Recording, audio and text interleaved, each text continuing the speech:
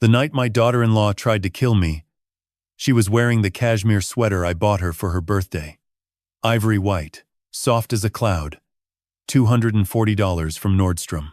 I remember thinking how lovely she looked in it as she leaned across the Christmas table and poured crushed pills into my eggnog. It was Christmas Eve. The house smelled like pine needles and cinnamon, the way it always does in December. I had spent 3 days decorating, hanging the same ornaments Gerald and I collected over 40 years of marriage. The crystal angel on top of the tree, the hand-painted nutcracker from our trip to Munich, the photo ornament of Ryan's first Christmas, his gummy little smile frozen in time. 12 people sat around my dining table. My son Ryan was at the far end, gripping his wine glass like it owed him money. His jaw was tight, his eyes darting between his wife and his mother, like a man watching a tennis match he had already lost. Beside him sat Megan, my daughter-in-law of 4 years. Beautiful Megan, perfect Megan, the woman who brought homemade banana bread to every visit and called me mom with a smile that could melt snow off a rooftop. Her father, Victor Price, was holding court at the center of the table, telling some story about a golf tournament that probably never happened. His wife Sandra sat next to him, nodding along, her fingers wrapped around a glass of Pinot Grigio like it was a life preserver. They were old money people. Or at least they dressed like old money people. I had my doubts. I was at the head of the table, where I always sit, where Gerald used to sit across from me before the cancer took him 5 years ago. His chair was empty now, but I still set a place for him every Christmas. A candle, a glass of his favorite bourbon, untouched. The eggnog was my tradition. Every Christmas Eve since 1982, I make it from scratch. Heavy cream, bourbon, nutmeg, a pinch of vanilla. Gerald used to say it could raise the dead. I pour it into the crystal punch bowl his mother gave us, and everyone gets a cup. It is sacred in this house. It is the one thing that has never changed. I saw it happen at exactly 6:14 in the evening. I know the time because I had glanced at the grandfather clock in the hallway just moments before, thinking about how Gerald always wound it on Christmas Eve, a ritual I continued in his absence. Megan stood up from her chair. She said she was going to refill the bread basket. She walked behind me toward the kitchen, and as she passed, she paused, just for a heartbeat. Her hand moved over my cup, the one with the small chip on the rim that I have used for 30 years. Her fingers opened.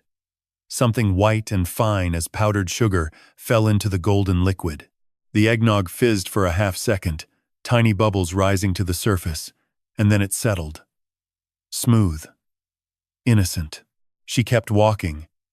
She didn't look back. She didn't hesitate. It was practiced.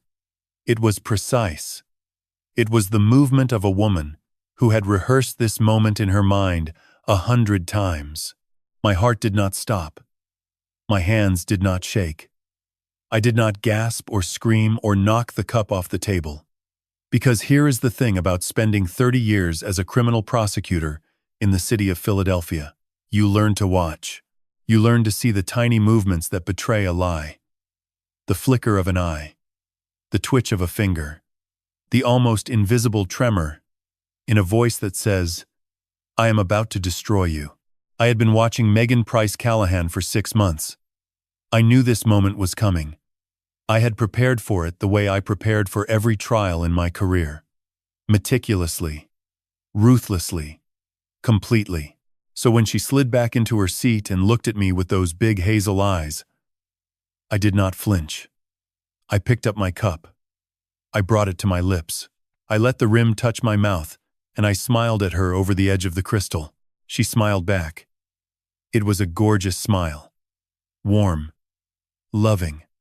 The smile of a devoted daughter-in-law who adored her husband's mother. And behind that smile, I could see her counting the minutes until the zolpidem hit my bloodstream. Counting the minutes until I stumbled. Counting the minutes until I fell down the stairs that my husband built with his own hands 42 years ago. I took a breath. I held the eggnog in my mouth without swallowing. I tasted the bitterness underneath the cream, the chemical sharpness that did not belong. Megan reached under the table and squeezed Ryan's hand. He flinched. He knew. God help him. My own son knew what his wife had just done to me. Victor caught Megan's eye from across the table. He raised his wine glass just slightly. A toast no one else would notice. A celebration of murder, disguised as a holiday dinner. I set my cup down gently. I folded my hands in my lap, and I began the performance of a lifetime. Because they thought they were killing a helpless old woman tonight. They did not know they were sitting in a cage I had spent 6 months building, and I was about to lock the door. But let me tell you who I am. Because Megan clearly never bothered to find out. My name is Dorothy Callahan. Most people call me Dot. The ones who faced me in court called me other things, none of them printable. For 30 years, I was a criminal prosecutor in the Philadelphia District Attorney's Office. I started in 1974, back when a woman in a courtroom was about as welcome as a cockroach at a dinner party. They gave me the cases nobody wanted. The ugly ones, the ones with blood on the ceiling and children in the closet. They thought I would quit. They thought I would go home and have babies and leave the law to the men in their gray suits. I did not quit. I prosecuted 412 cases. I won 391. I put away rapists, arsonists, embezzlers, and 17 murderers. 17 people who looked at another human being and decided they were worth more dead than alive. I learned to read those people like blueprints. I learned the way their eyes moved when they lied. I learned the way their hands twitched when they were calculating. I learned that the most dangerous killers are not the ones who scream and rage. They are the ones who smile. They are the ones who bring you banana bread. I retired in 2004. I was 52, and Gerald said it was time. He said we had earned our peace. He was right. We had built something beautiful together, not just the house in Mainline, though that was beautiful too. A stone colonial on 2 acres with a wraparound porch and a kitchen big enough to dance in. Gerald built the staircase himself. Solid oak, hand-carved banister, 23 steps from the foyer to the 2nd floor. He was proud of those stairs. He sanded every spindle by hand. But what we really built was a portfolio. Gerald was a commercial real estate broker, one of the best in Pennsylvania. Together, over 40 years, we acquired properties. A strip mall in Bryn Mawr, 2 apartment buildings in Ardmore, a commercial plaza in King of Prussia, an office tower in Conshohocken, $8 million in real estate, all paid off, all generating income. It was our legacy. It was supposed to be Ryan's future. Gerald died 5 years ago this past March. Pancreatic cancer.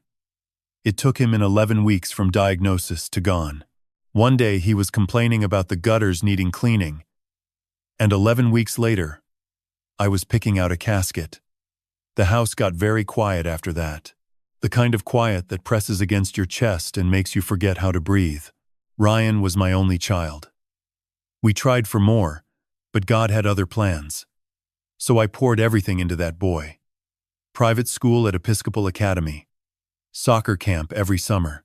A degree from Villanova that he barely used. He was handsome like Gerald, tall with broad shoulders and kind brown eyes. But he was soft. Gerald saw it before I did. The last coherent thing my husband said to me, 2 days before the morphine took his mind, was this. He grabbed my wrist with a strength that surprised me, pulled me close and whispered, "Our boy is soft, Dot. Keep your eyes open for him. Promise me." I promised. I kept my eyes open, and 4 months after Gerald's funeral, Ryan brought home Megan Price. She was 29 then. Blonde hair like spun gold. A smile that could light up a cathedral. She was attentive, charming, interested in everything I said. She asked about Gerald. She asked about my career. She brought flowers and wine and homemade desserts. She called me Mom before the engagement ring was even on her finger. And I saw it. From the very first dinner, I saw it. The way her eyes scanned the room, cataloging the art on the walls, The silver in the cabinet, the view from the windows, the way she asked about the properties, disguising greed as curiosity. How many buildings do you own, Mom? That must be so much work for you all alone. Have you thought about letting Ryan manage things? I saw it because I had spent 30 years watching people calculate the value of human life. Megan was calculating mine, but I said nothing. Ryan was happy for the first time since his father died. He laughed again. He called me more often. He brought Megan to Sunday dinners, and she helped with the dishes and complimented my cooking. I wanted so badly for it to be real. I wanted to believe that my son had found a good woman, a partner who would fill the empty spaces in his life. So I ignored the red flags. I ignored the way she steered conversations toward money. I ignored the way she isolated Ryan from his college friends, one by one, until his only social circle was her family. I ignored Victor's too firm handshake and Sandra's way of looking at my jewelry like she was pricing it at auction. I ignored it for 4 years. 4 years of banana bread and fake smiles, and the slow, patient grooming of my son into a weapon pointed at his own mother. Until 6 months ago. Until a Tuesday in June when I was driving home from the farmer's market, and I passed a building on Lancaster Avenue. A building with brass letters on the door that read Whitmore and Associates, Attorneys at Law. I knew that firm. Every estate lawyer in Philadelphia knew that firm. They specialized in one thing: contesting wills and seizing inherited assets. And parked right in front of the door, in the 15-minute loading zone, was Megan's white Range Rover. I did not stop. I did not confront her. I drove home, put the strawberries in the refrigerator, and sat down at Gerald's desk in the study. I opened the bottom drawer, where I kept my old case files. I pulled out my leather notebook, the one I used to track evidence for 30 years. I wrote the date at the top of a fresh page. Then I picked up the phone and called a man I had not spoken to in 6 years. A private investigator named Frank Dominguez. I said 4 words that changed everything. Frank, I need help. Frank Dominguez showed up at my kitchen table 2 days later, looking exactly the way I remembered him. Short, stocky, built like a fireplug with a face that had seen too many lies and not enough sleep. He was wearing a wrinkled button-down shirt with coffee stains on the cuff, and he smelled like cigarettes even though he swore he quit in 2012. He was the best private investigator in eastern Pennsylvania. Not the flashiest, not the most polished, but the most relentless, like a terrier with a bone. I poured him coffee and laid out what I had. It was not much.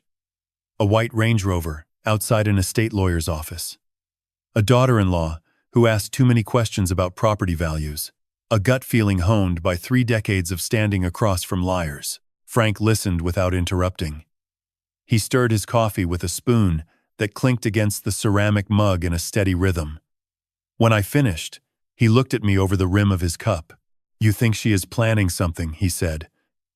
It was not a question. "I think she married my son for my money," I said. "And I think she is getting impatient." Frank nodded slowly. He pulled out a small notebook from his back pocket. The spiral kind you buy at a gas station for $2. He clicked his pen. "Give me 2 weeks," he said. "I will tell you everything she does, everyone she sees, and everywhere she goes. If she is dirty, I will find it." He was not exaggerating. Frank had helped me build cases against some of the most careful criminals in Philadelphia. Men who swept their apartments for bugs. Men who paid in cash and used burner phones. Megan Price Callahan was not that careful. She was arrogant. She thought no one was watching because she believed no one was smart enough to suspect her. That was her first mistake. Never underestimate a 74-year-old woman with a law degree and a grudge. Frank called me 10 days later. It was a Sunday morning, early July. The heat was oppressive. That thick Philadelphia humidity that makes your shirt stick to your back before you even reach the mailbox. I was watering Gerald's rose bushes when the phone rang. "Dot," Frank said. His voice had that flat, careful tone he used when delivering bad news in court. "Your daughter-in-law is seeing someone." And it is not your son. I set down the garden hose. The water kept running, pooling around my shoes, soaking through the canvas. I did not move to shut it off. Who? I asked. A doctor. Kevin Marsh. Works at a clinic in Bryn Mawr. Internal medicine. He is also listed as your family physician. I knew the name. Dr. Marsh had been our family doctor for 6 years. He was the one who prescribed my blood pressure medication. He was the one who gave Ryan his annual physical. He sat in the same exam room where Gerald received his death sentence and told us there was nothing more to be done. How certain are you? I asked. My voice was steady, but my hand was gripping the phone so hard the plastic creaked. Certain, Frank said. I have photographs. I have timestamps. They have been meeting every Tuesday and Thursday at a restaurant called Bella Luna on Route 30. Back corner booth. They arrive separately, leave separately. But last Thursday they slipped up. They walked to the parking garage together. I was on the 3rd level. I got shots of them in his car. He paused. They were not discussing blood work. I closed my eyes. The sun was hot on my face. I could hear the neighbors' children laughing in their sprinkler 2 houses down. Normal sounds. Summer sounds. The world continued to spin while mine was tilting on its axis. Send me the photographs, I said. And keep watching. I want to know what else she is hiding. The photos arrived in a manila envelope 2 days later. Frank was old-fashioned. He did not trust email for sensitive material. He drove to my house and slid the envelope through the mail slot at 6 in the morning before I was even out of bed. I opened it at the kitchen table with my second cup of coffee. 8 by 10 glossy prints. Professional quality. In the first photo, Megan was walking into Bella Luna alone. Sunglasses, hair down. A green dress I had never seen before. In the second, she was seated across from a man with salt and pepper hair and a strong jaw. Dr. Kevin Marsh. He was leaning toward her with the body language of a man who is not discussing cholesterol levels. In the third photo, they were in a parking garage. His hand was on the small of her back. In the fourth, they were in the front seat of a silver BMW. Her hand was on his face. His eyes were closed. Their mouths were together. I stared at that photo for a long time. I thought about Ryan, my soft, trusting boy, who worshipped his wife, who believed every word that came out of her porcelain mouth. I thought about calling him right then, slamming the photos on the table and screaming, "Wake up! She is using you. She is betraying you." But I did not. Because a good prosecutor does not show her hand before the case is built. A good prosecutor gathers every piece. She stacks the evidence like bricks until the wall is so high the defendant cannot see over it. Then, and only then, does she strike. So I put the photos back in the envelope. I locked them in Gerald's desk, and I waited for Frank's next call. It came 3 weeks later, August 19th. And when I heard what he said, I understood that Megan's affair was not the sickness. It was merely a symptom. The disease was far more deadly than I had imagined. Frank said, his voice tight as a wire. She is not just sleeping with the doctor. She is buying something from him. And it is not medicine you would find at any pharmacy. My blood went cold. The summer heat outside meant nothing. I was frozen from the inside out. "Tell me everything," I said. "Not over the phone," Frank replied. "Meet me at the diner on Lancaster. Bring your notebook. You are going to want to write this down." I grabbed my keys, my leather notebook, and the reading glasses I hated wearing in public. I drove 12 minutes to the Mayfair diner, and I did not turn on the radio. I drove in silence, gripping the steering wheel with both hands, feeling the weight of what was coming, pressing down on my chest like a verdict I already knew but was not ready to hear. Frank was already in the back booth when I arrived, a cup of black coffee in front of him that he had not touched. That was how I knew it was bad. Frank always drank his coffee immediately, too hot, no sugar, like a man who did not believe in waiting for anything. But this cup was full and still steaming. He was waiting for me. I slid into the booth across from him. The vinyl seat was cracked and patched with duct tape. The diner was nearly empty. Just a truck driver at the counter, and a waitress refilling ketchup bottles. Frank pushed a small digital recorder across the table. It was the size of a cigarette lighter. I got into his office, Frank said, keeping his voice low. Marsh's clinic. After hours. The cleaning crew let me in. I told them I was the exterminator. He tapped the recorder. This was on his desk phone voicemail.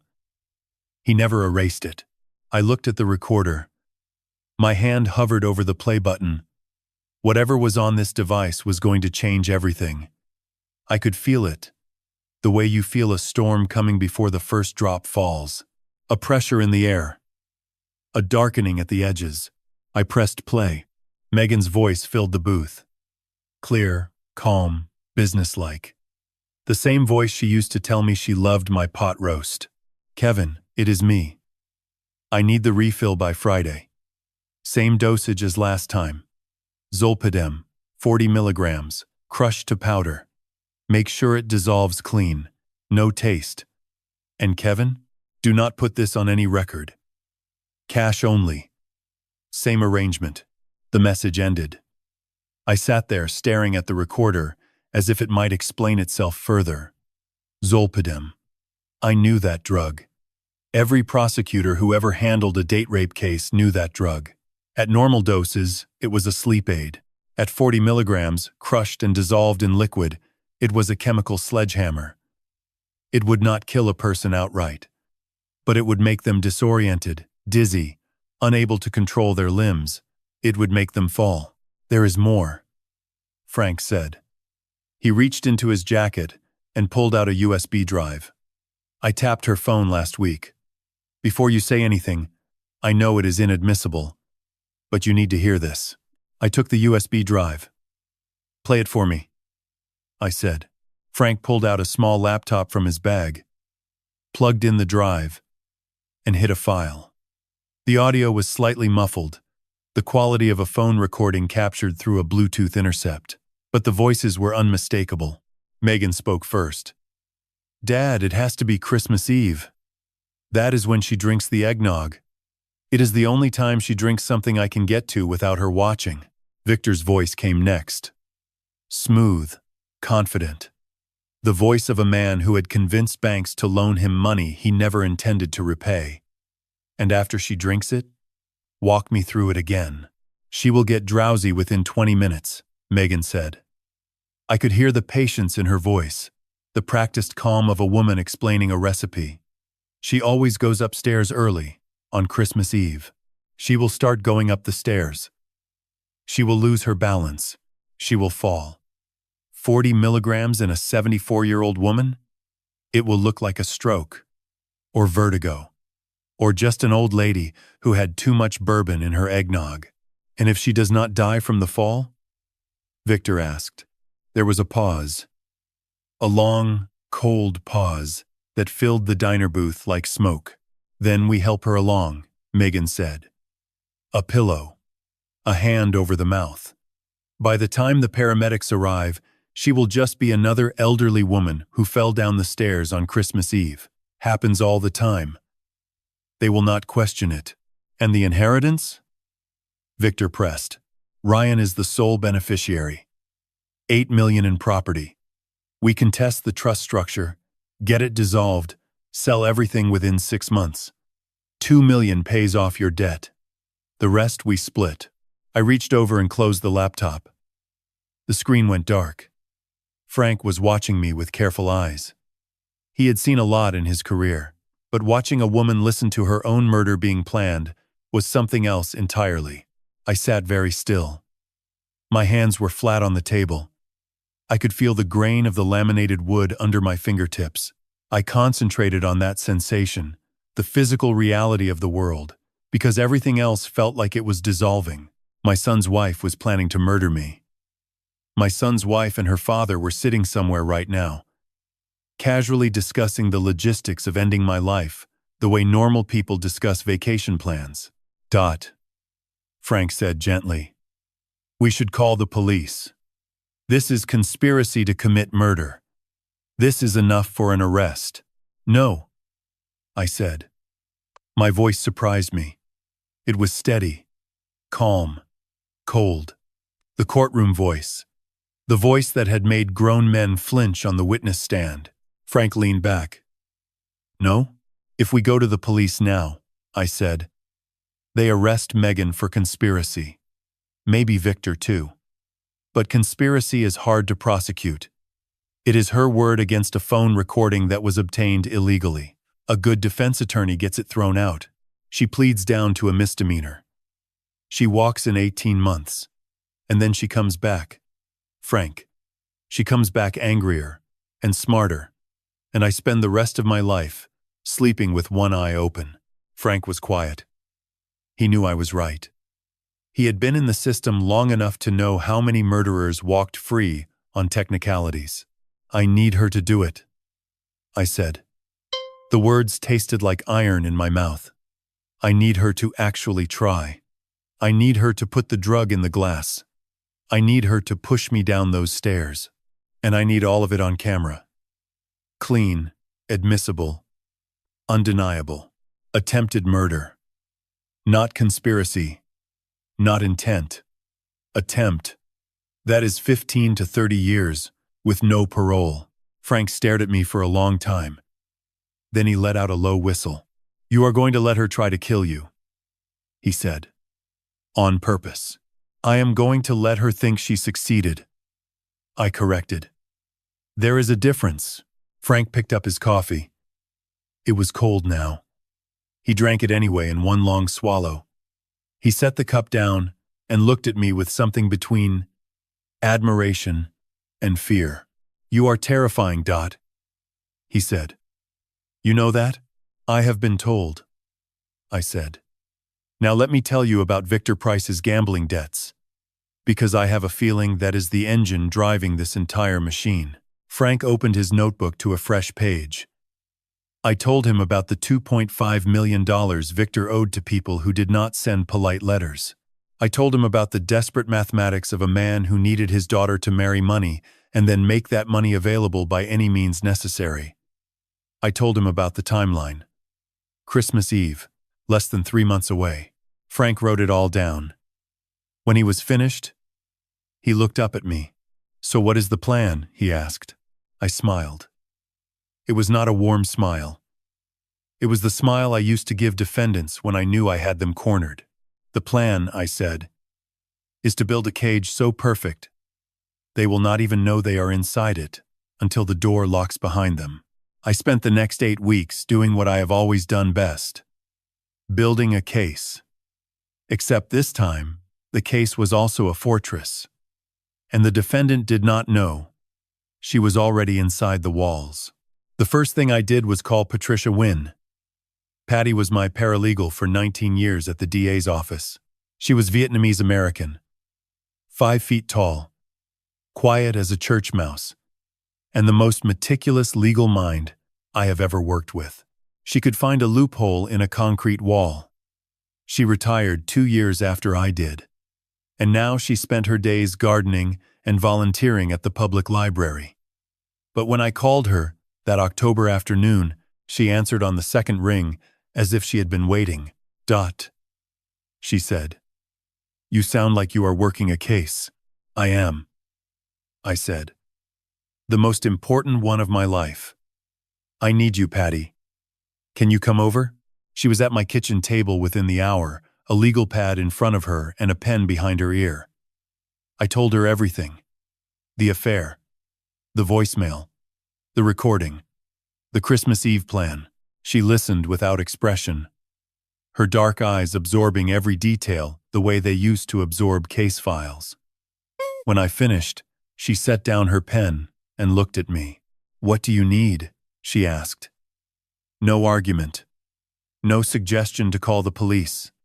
She trusted my judgment the way she always had. I need an irrevocable trust, I said. Bulletproof. Airtight. I want every property, every account, every asset moved into a trust with a poison pill clause. Patty raised an eyebrow. What kind of poison pill? If any beneficiary is found to have committed or conspired to commit harm against the grantor, their share is permanently revoked. No appeal. No contest.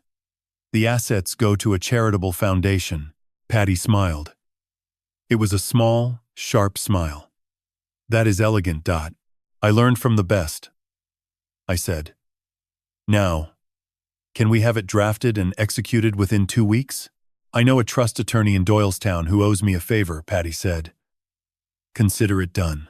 The trust was signed and sealed by the first week of November. $8 million in real estate, locked behind a legal wall that Megan could never climb. Even if she killed me, even if Ryan inherited on paper, the trust would trigger the poison pill the moment criminal charges were filed. She would get nothing. Less than nothing. But the trust was defense. I needed offense. I needed evidence that would hold up in a courtroom, not the illegally obtained recordings Frank had gathered, but clean, admissible footage captured on my own property. I bought 6 cameras.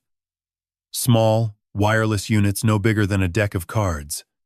They were the kind used by elderly people to monitor their homes for break-ins, completely legal to install in your own residence. In common areas, without notifying guests. I checked the case law myself. Pennsylvania is a one-party consent state for video in private residences. As long as I was one of the occupants and the cameras were in shared spaces, everything they captured was admissible. I installed them myself over a weekend when Ryan and Megan were visiting her parents. One in the dining room, aimed at the head of the table where I always sat. One in the kitchen, covering the counter where the eggnog bowl would rest. One on the staircase, angled downward to capture the full flight of steps. One in the living room, one in the upstairs hallway, and one in the foyer, covering the front door and the base of the stairs. I tested them from my laptop. Crystal clear. Full color. Timestamp and date stamp embedded in the footage. 6 silent witnesses that never blinked, never looked away, never forgot what they saw. Next came the hardest part. I had to survive the fall. I researched impact protection for 3 days before I found what I needed. A company in Oregon made protective undergarments for elderly patients at risk of falls. They looked like ordinary thermal undershirts, but they were lined with a lightweight polymer that absorbed impact energy. Originally designed for nursing home residents, they could reduce the force of a fall by up to 80%. I ordered 2. I tried one on in my bedroom, standing in front of the full-length mirror Gerald had hung on the closet door. I looked like a grandmother in a bulletproof vest, which I supposed was exactly what I was. But the vest alone was not enough. I needed to fall convincingly.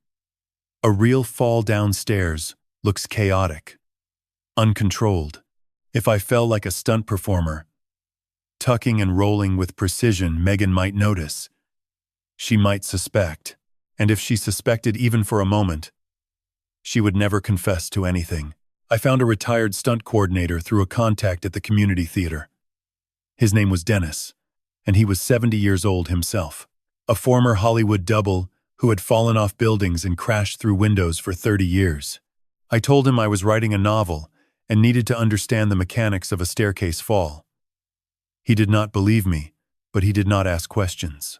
We practiced in his garage, using stacked gymnasium mats. He taught me to collapse my knees, to lead with my shoulder, to protect my head with my forearm while letting my body rotate. He taught me where the bruises should be for it to look authentic. He made me practice 40 times until the motion was instinct. "You are tough for a lady your age," Dennis said on the last day. "Whoever you are falling for, I hope they are worth it." "They are not," I said. "But justice is." The final piece was Patty. I sat her down on the 1st of December and briefed her on the Christmas Eve plan. Her role was simple, but critical. She would be on standby that night.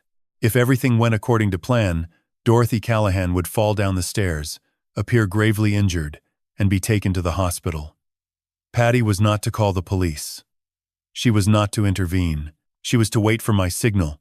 "What signal?" Patty asked. "I will call you from the hospital," I said. "If I say the words, 'Bring me my blue robe,' It means everything went right. If I do not call by midnight, send Frank. Patty nodded. She did not flinch. She did not cry. She squeezed my hand once, hard, and said, "Do not die for real. I still need my Wednesday bridge partner." By December 14th, everything was in place. The trust was locked. The cameras were recording. The vest was hidden in my closet. My body knew how to fall. Patty was briefed. Frank was on standby. All I needed now was Christmas Eve. All I needed was for Megan to do exactly what she had promised her father she would do. And I had no doubt she would. Greed is the most reliable engine in the human machine. It never stalls. It never hesitates. It just drives and drives until it runs out of road. Now you understand. Now you know why I did not scream. Why I did not throw the eggnog in her face and call the police. Why I sat there at that Christmas table, surrounded by the people plotting my death, and smiled like a woman who suspected nothing. 6 months of preparation, 6 cameras recording, an impact vest strapped to my body beneath my green silk blouse, a trust locked so tight that even God could not contest it, and a daughter-in-law who had just done exactly what I needed her to do. I held the eggnog in my mouth for 3 seconds.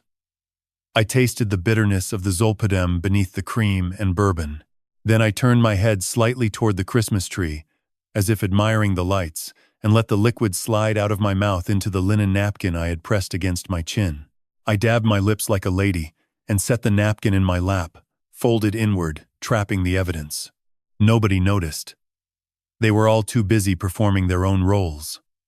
Victor was still talking about golf, gesturing with his fork. Sandra was laughing at something that was not funny. Ryan was staring at his plate like it contained the answer to a question he was afraid to ask. And Megan was watching me. She thought she was being subtle, but I could feel her eyes on me the way you feel a draft from an open window. She was watching for the first signs.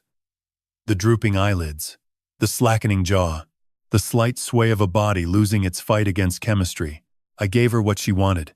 At 6:32, I let my fork slip from my fingers. It clattered against the plate, with a sound that made everyone look up. I blinked slowly, deliberately, as if the room had gone slightly out of focus. "Mom?"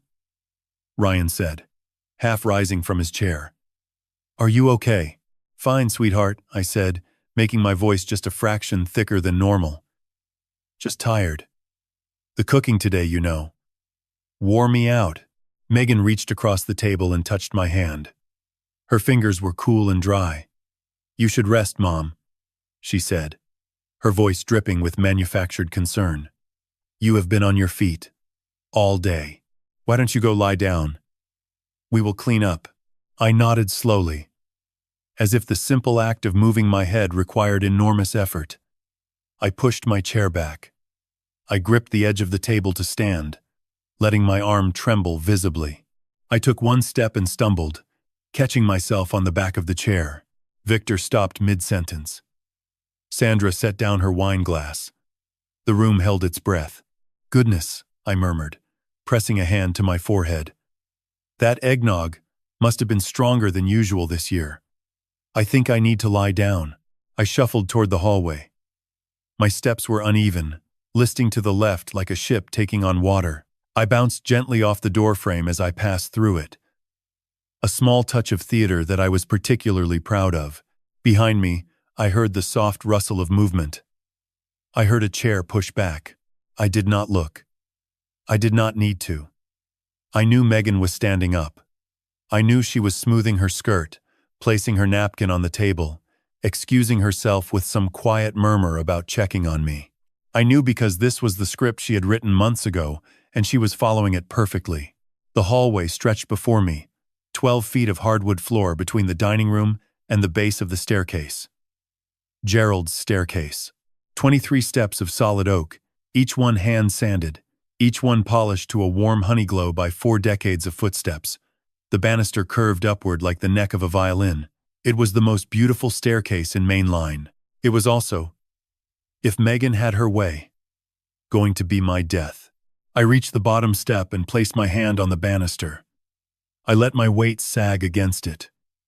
I took the first step, then the second, each one slower than the last, each one accompanied by a visible tremor in my legs that was entirely manufactured. I was on the fourth step when I heard her behind me. Soft footsteps on the hardwood. The click of her heels, muted by the hallway runner. She was not rushing. She was patient. She was waiting for the right moment. The right height. Too low, and I might survive unharmed. Too high, and it might look suspicious. She needed the sweet spot. 7 or 8 steps up. High enough to break bones.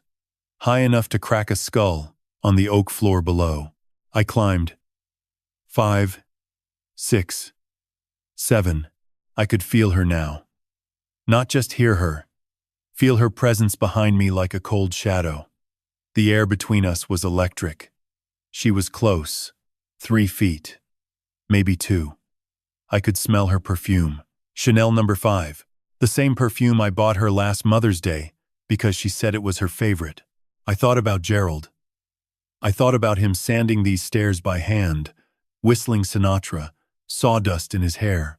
I thought about him carrying Ryan up these stairs as a baby, 3 steps at a time, because he was young and strong and believed the future held nothing but good things. I thought about what that future had actually become. A wife who killed him with waiting. A son who was too weak to protect his own mother. A daughter-in-law with poison in one hand and a push in the other. I reached the 8th step. I slowed to a near stop. I let my head droop forward, as if consciousness was leaving me. My hand slid off the banister, hanging limp at my side. I was an open target. I was a woman falling asleep on her feet, gift-wrapped for gravity. Behind me, Megan closed the distance. I felt her hand press flat against the center of my back. For 1/2 of a second, it rested there. Not a touch of comfort. Not a steadying hand. It was the hand of assessment. She was measuring the angle. She was calculating the force. Then she pushed. The force hit me between the shoulder blades like a battering ram. Not a gentle nudge. Not a nervous tap. It was the full, committed push of a woman who had made peace with murder. Both hands, both palms, every ounce of her 120 pounds channeled into a single violent shove. And I fell. Time did what it always does in moments of crisis. It stretched. It pulled apart like taffy, until each second contained an eternity. I felt myself leave the step. I felt gravity take hold of my body with greedy hands. The staircase tilted, the ceiling swung, and the foyer below rushed upward to meet me. But my body knew what to do. 40 repetitions in Dennis's garage had written the choreography into my muscles. My knees buckled inward. My left shoulder dropped. I tucked my chin to my chest, protecting my skull, and let my body rotate. I did not fight the fall. I surrendered to it, the way Dennis taught me. Do not resist. Resistance creates rigidity. Rigidity breaks bones. Go limp. Be water. Let the stairs pass beneath you like waves. I hit the 7th step with my left shoulder. The impact vest absorbed the blow, spreading the force across the polymer panels like a net catching a stone. I rolled. My hip struck the 5th step. Pain bloomed, sharp and hot. But the vest took the worst of it. I tumbled, my body a controlled avalanche of limbs and green silk, my arms wrapped instinctively around my head. 4, 3, 2, 1. I hit the foyer floor with a sound that echoed through the house like a judge's gavel. My back struck the hardwood. The air punched out of my lungs. Stars erupted behind my eyelids. The impact vest had done its job. But a fall is still a fall. You cannot cheat physics entirely. My elbow had caught the edge of the bottom step. My left knee had twisted. My ribs ached with a deep, spreading throb that told me bruises were already forming. But nothing was broken. Nothing was ruptured. I was alive. And I was conscious. And I was lying at the bottom of Gerald's staircase, with my eyes closed and my body perfectly still. I did not move. I did not breathe visibly. I let my mouth fall open slightly. I let my arms splay at unnatural angles. I was a rag doll. I was a body. I was exactly what Megan needed to see. The silence lasted 2 seconds. Then the screaming started. Megan was first. She was still at the top of the stairs. Her shriek was high and piercing, a perfect imitation of shock. It was a sound she had practiced. I was certain of that. She had rehearsed this scream the way I had rehearsed my fall. "Oh my God," she wailed. "Dorothy. She fell. Someone help." She fell down the stairs. The thunder of footsteps from the dining room. Victor's heavy tread. Sandra's clicking heels. And then Ryan. Ryan's footsteps were the fastest. He was running. He had always been a runner. When he was scared, he ran toward the thing that frightened him, not away from it. Gerald used to say it was his only brave quality. "Mom." Ryan's voice cracked as he skidded across the foyer floor and dropped to his knees beside me. His hands were on my face, my neck, searching for a pulse. "Mom, can you hear me? Mom." I did not respond. I kept my eyes closed. I kept my body limp. I felt his fingers trembling against my throat, pressing too hard on my jugular. The clumsy panic of a man who had never taken a first aid class. "Call 911. Ryan screamed over his shoulder. "Someone call an ambulance." "She is not responding." I heard Megan descending the stairs. Her footsteps were measured now. Deliberate. She was composing herself, transforming from murderer back into concerned daughter-in-law. By the time she reached the bottom, her voice was steady enough to perform. "I was right behind her," Megan said, breathless, kneeling on my other side. She grabbed the railing, and then she just went limp, like her legs gave out. I tried to catch her, but she was already falling. Liar. The word echoed in my skull like a bell. Liar. Killer. Monster. "Is she breathing?" Victor asked from somewhere above. His voice was calm. Too calm. The calm of a man watching a plan succeed. "Barely," Ryan whispered. "Mom, please. Please wake up." I felt his tears hit my cheek. Warm and wet. He was crying. My son was crying because he thought his mother was dying. And part of him, the part that had agreed to the zolpidem, the part that had let Megan pour poison into my Christmas eggnog, that part knew he was responsible. I could hear it in his voice. The guilt, the horror, the sudden understanding that this was real, that this was not a theoretical plan discussed over wine in the safety of the bedroom. This was his mother's body on the floor. This was blood on the wood. But then I heard something else. Something that told me Ryan had not known the full plan. Something that confirmed what I suspected from the beginning. That Megan had kept the push a secret from him. He leaned close to Megan. I felt the shift of air as he moved. And he whispered, his voice a jagged hiss that vibrated with fury and terror. "You pushed her." It was not a question. "Megan, you pushed her. I saw you. From the hallway. I saw your hands on her back. That was not the plan. You said just the pills. You said she would fall on her own." Megan's response was ice. Pure, crystalline ice. "Shut up, Ryan. Shut your mouth right now.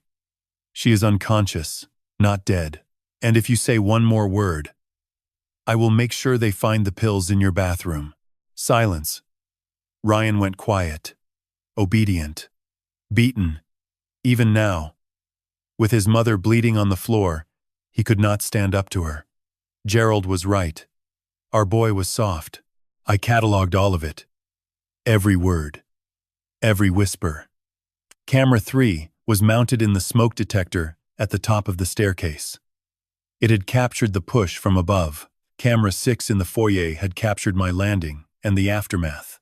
And now, the microphone embedded in camera 6 was recording their whispered argument. Admissible. All of it. Pennsylvania one-party consent. My house. My cameras. My evidence. Sandra's voice cut through the tension. The ambulance is on its way. 5 minutes. I lay still, counting those minutes, counting the heartbeats, counting the bruises forming beneath my vest, counting the years Megan was going to spend behind bars. The sirens arrived like music, high and wailing, growing louder as they turned onto my street. I heard the front door open. I heard the heavy boots of paramedics. I heard the crackle of a radio and the snap of a medical bag being opened. "Ma'am, can you hear me?" A man's voice. Professional. Close. Fingers on my wrist. A light through my eyelids. Pupils responsive. Pulse 62. She is breathing. I let them work. I let them strap me to a board. I let them carry me out of the house and into the cold December night.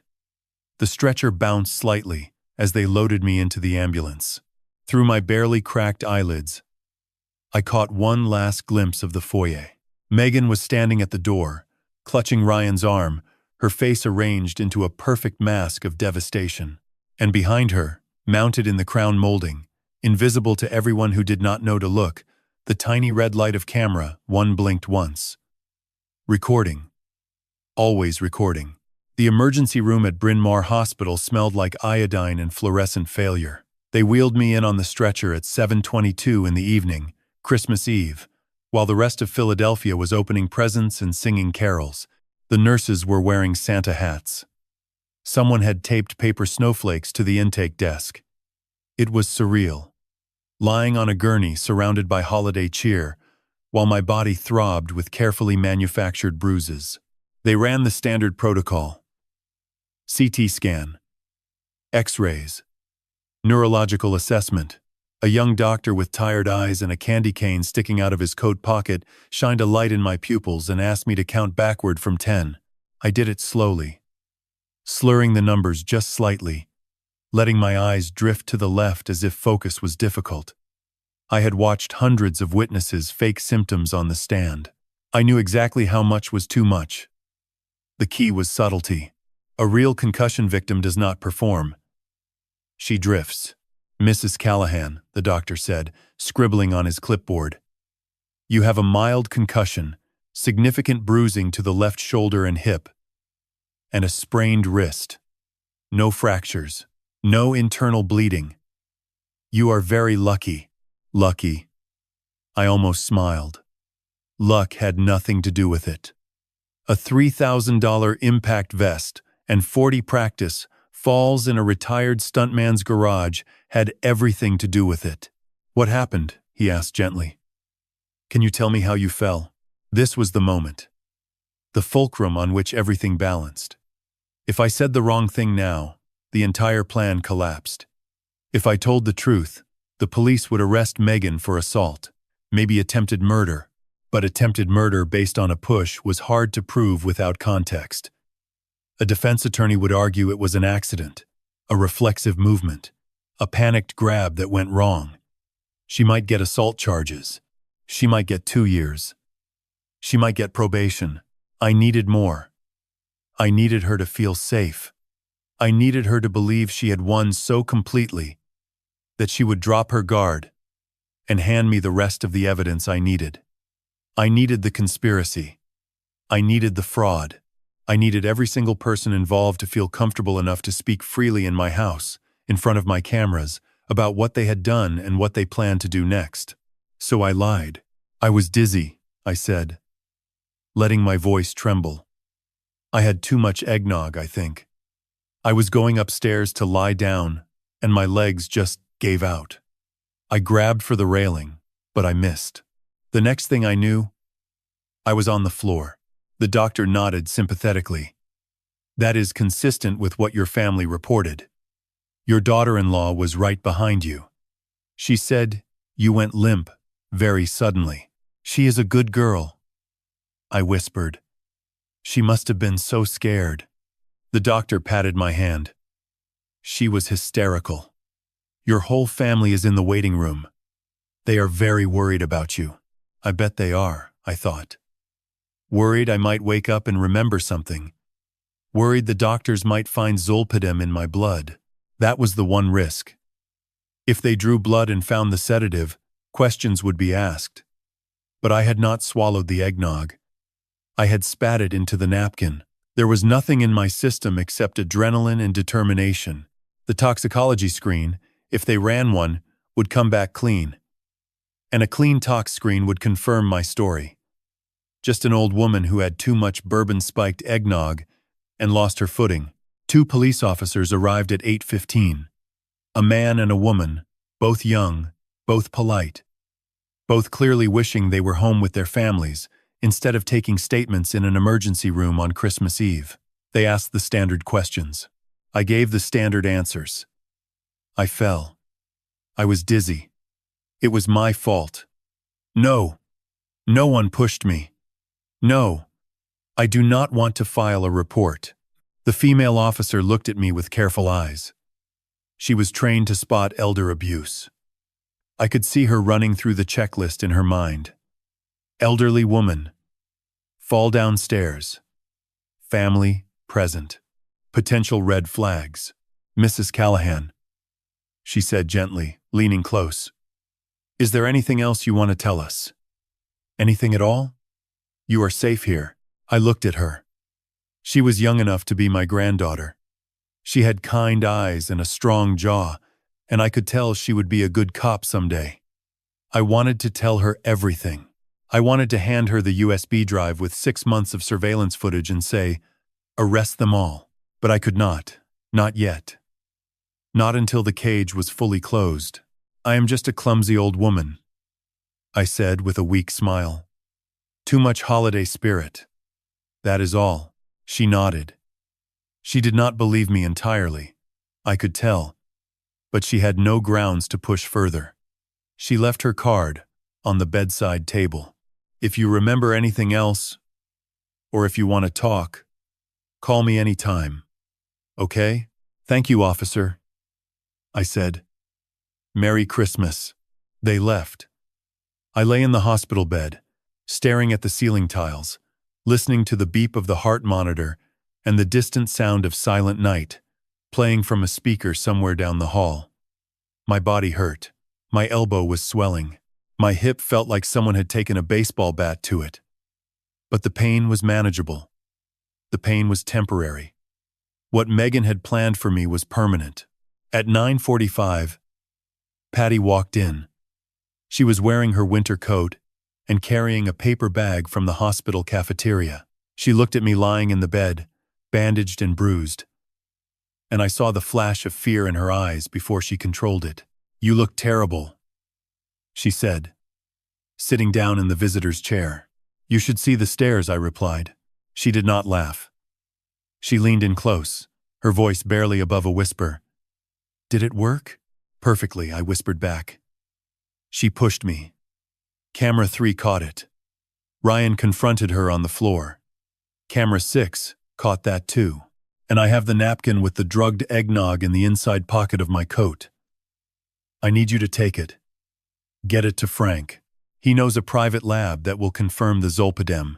Patty took my coat from the closet without a word. She folded it over her arm, the napkin secured inside. Patty, I said. She turned back. Bring me my blue robe, I said. The one in the hall closet. Her shoulders relaxed. The signal. Everything was on track. I will bring it tomorrow, she said. When I pick you up. She left. I closed my eyes. Outside my room, I could hear Megan's voice in the hallway, sweet and worried, asking the nurse if she could see her mother-in-law, if she could sit with me through the night. If there was anything she could do. The nurse said visiting hours were over, but she could come back first thing in the morning. Megan thanked her profusely. Her voice was honey and silk. The voice of the world's most devoted daughter-in-law. I pulled the thin hospital blanket up to my chin. Tomorrow, I would go home. I would put on the bandage and the limp. I would play the wounded bird, and the wolves would circle closer, believing the prey was weak, believing the hunt was over. They had no idea it was just beginning. I came home on the 26th with a bandage wrapped around my head and a limp so convincing that even I almost believed it was real. Patty drove me. She helped me up the front steps with exaggerated care, one arm around my waist, playing the role of devoted friend. Megan was waiting at the door with a bouquet of white lilies and a face arranged into an expression of pure maternal concern. "Mom," she breathed, reaching for my arm. "Oh, Mom, we were so worried. Let me help you inside." "I made soup. Chicken noodle. Your favorite." I let her take my weight. I let her guide me through the foyer, past the spot where I had landed 24 hours earlier. Someone had cleaned the floor. There was no mark, no scuff, no evidence, except in the cloud server where 6 cameras stored every frame in high definition. "Thank you, sweetheart," I murmured, my voice thin and papery. "You are so good to me." Ryan was in the living room. He stood up when I entered, his face pale and drawn. He had dark circles under his eyes that told me he had not slept.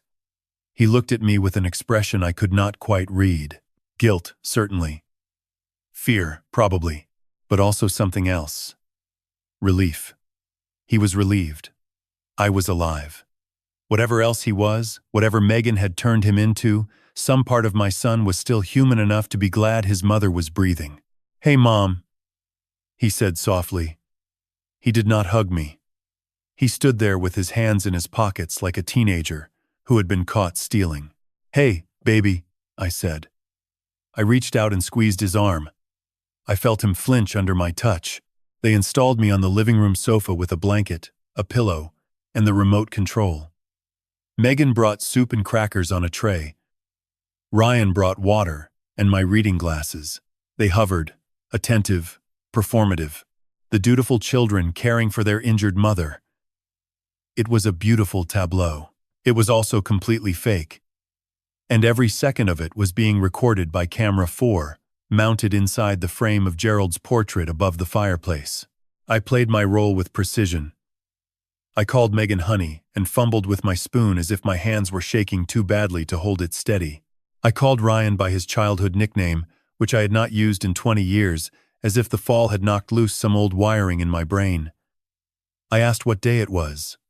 Twice. I stared at the Christmas tree with vacant, confused eyes. By mid-afternoon they were convinced. I was damaged. I was fragile. I was a wounded animal that needed to be put down or put to work. Either would suit their purposes. I went to bed early, claiming exhaustion. I shuffled up the stairs slowly, gripping the banister with white-knuckled terror that was only partially acted. The bruises made climbing genuinely painful. I closed my bedroom door and locked it. Then I opened my laptop. The camera feeds filled the screen in a grid. 6 rectangles of high-definition reality. I put in my earbuds and pressed record on the archival software. Then I waited. At 10:17 that evening, camera 1 captured Megan in the kitchen. She was standing at the island, her phone pressed to her ear, speaking in a voice she thought was too low to carry. But microphones do not care about volume when they are 4 feet away. "Dad, it worked," she said. Her voice was bright, victorious.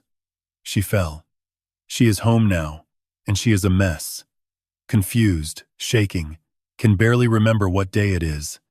This is perfect. I could not hear Victor's response, only the tinny murmur of his voice through her phone speaker. But Megan's replies painted the picture clearly enough. No, she did not file a report. She told the police she fell on her own, dizzy from the eggnog. She laughed. A short, sharp sound, like cracking glass. "I know. Can you believe it? She basically covered for us." Pause. More murmur from Victor. "This week," Megan said firmly. "We push this week.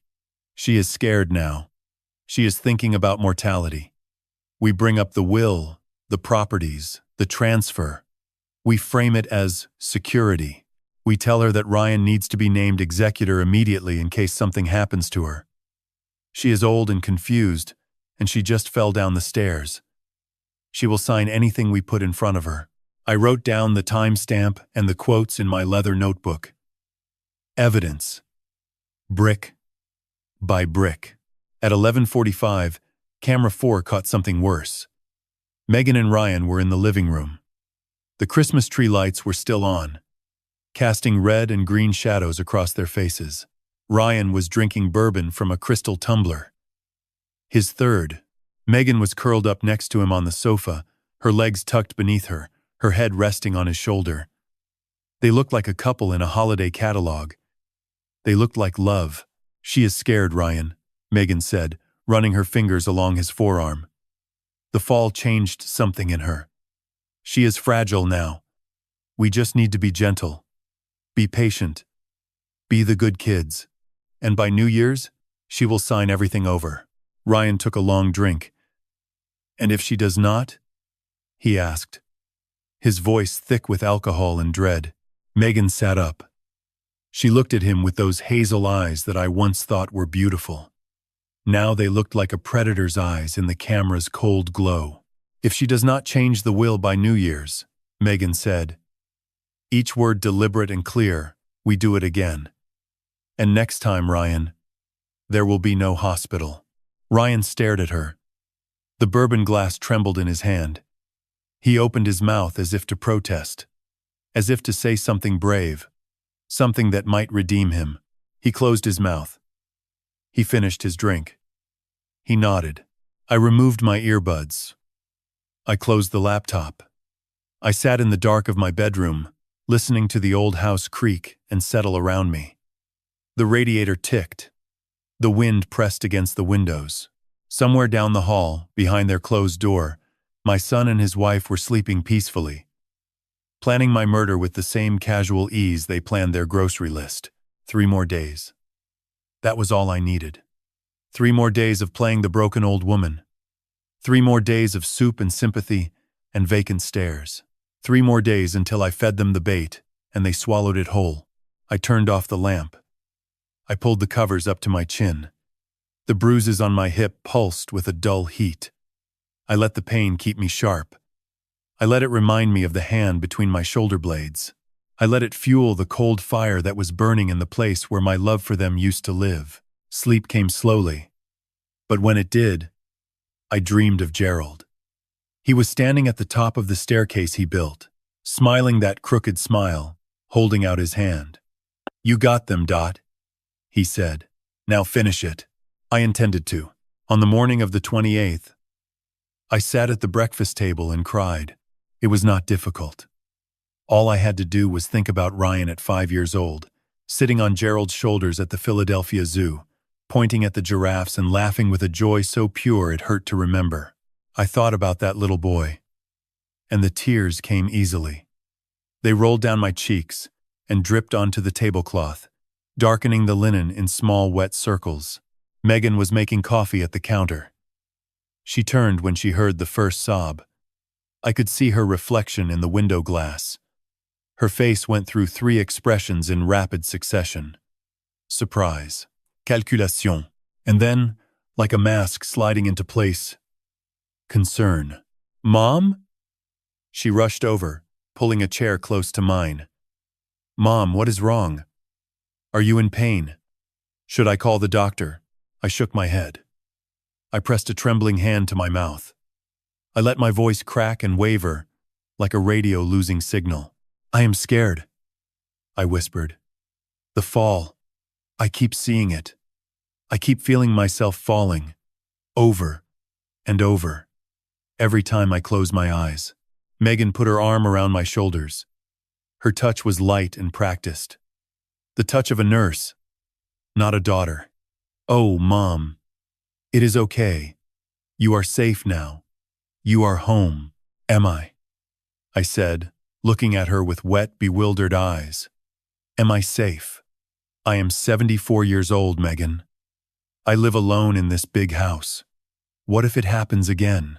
What if next time there is no one here to call the ambulance?" Ryan appeared in the doorway, drawn by the sound of crying. He was wearing sweatpants and a wrinkled t-shirt. He looked hungover. He looked wrecked. "Mom," he said, "what is going on?"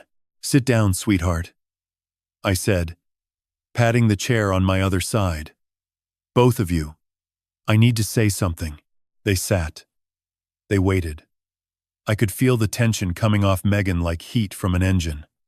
She was leaning forward, her eyes locked on my face, reading me the way a poker player reads an opponent. She smelled blood in the water. She knew something was coming. I took a shaking breath. I wiped my eyes with the back of my hand. I straightened my spine just enough to deliver the line, but not so much that it looked deliberate. I have been lying here for 2 days thinking about what matters, I said. Thinking about what Gerald would want. And the truth is, this house, the properties, the money, none of it matters if I am dead. None of it protects me when I am alone at the top of those stairs. I looked at Ryan. I let every ounce of motherly love I had left pour into my expression. He could not meet my eyes. He stared at the salt shaker like it contained the secrets of the universe. I want to sign everything over to you, Ryan, I said. The house, the rental properties, the accounts, all of it. $8 million in assets. I want it in your name. By the end of the week. The silence was so complete I could hear the refrigerator humming. Megan's hand tightened on my shoulder. A convulsive squeeze that she probably did not realize she was making. I saw it in her eyes. The flash. The spark. The predator sighting prey. At the watering hole. Mom. Ryan started. His voice hoarse. You do not have to. I want to, I interrupted, letting fresh tears spill.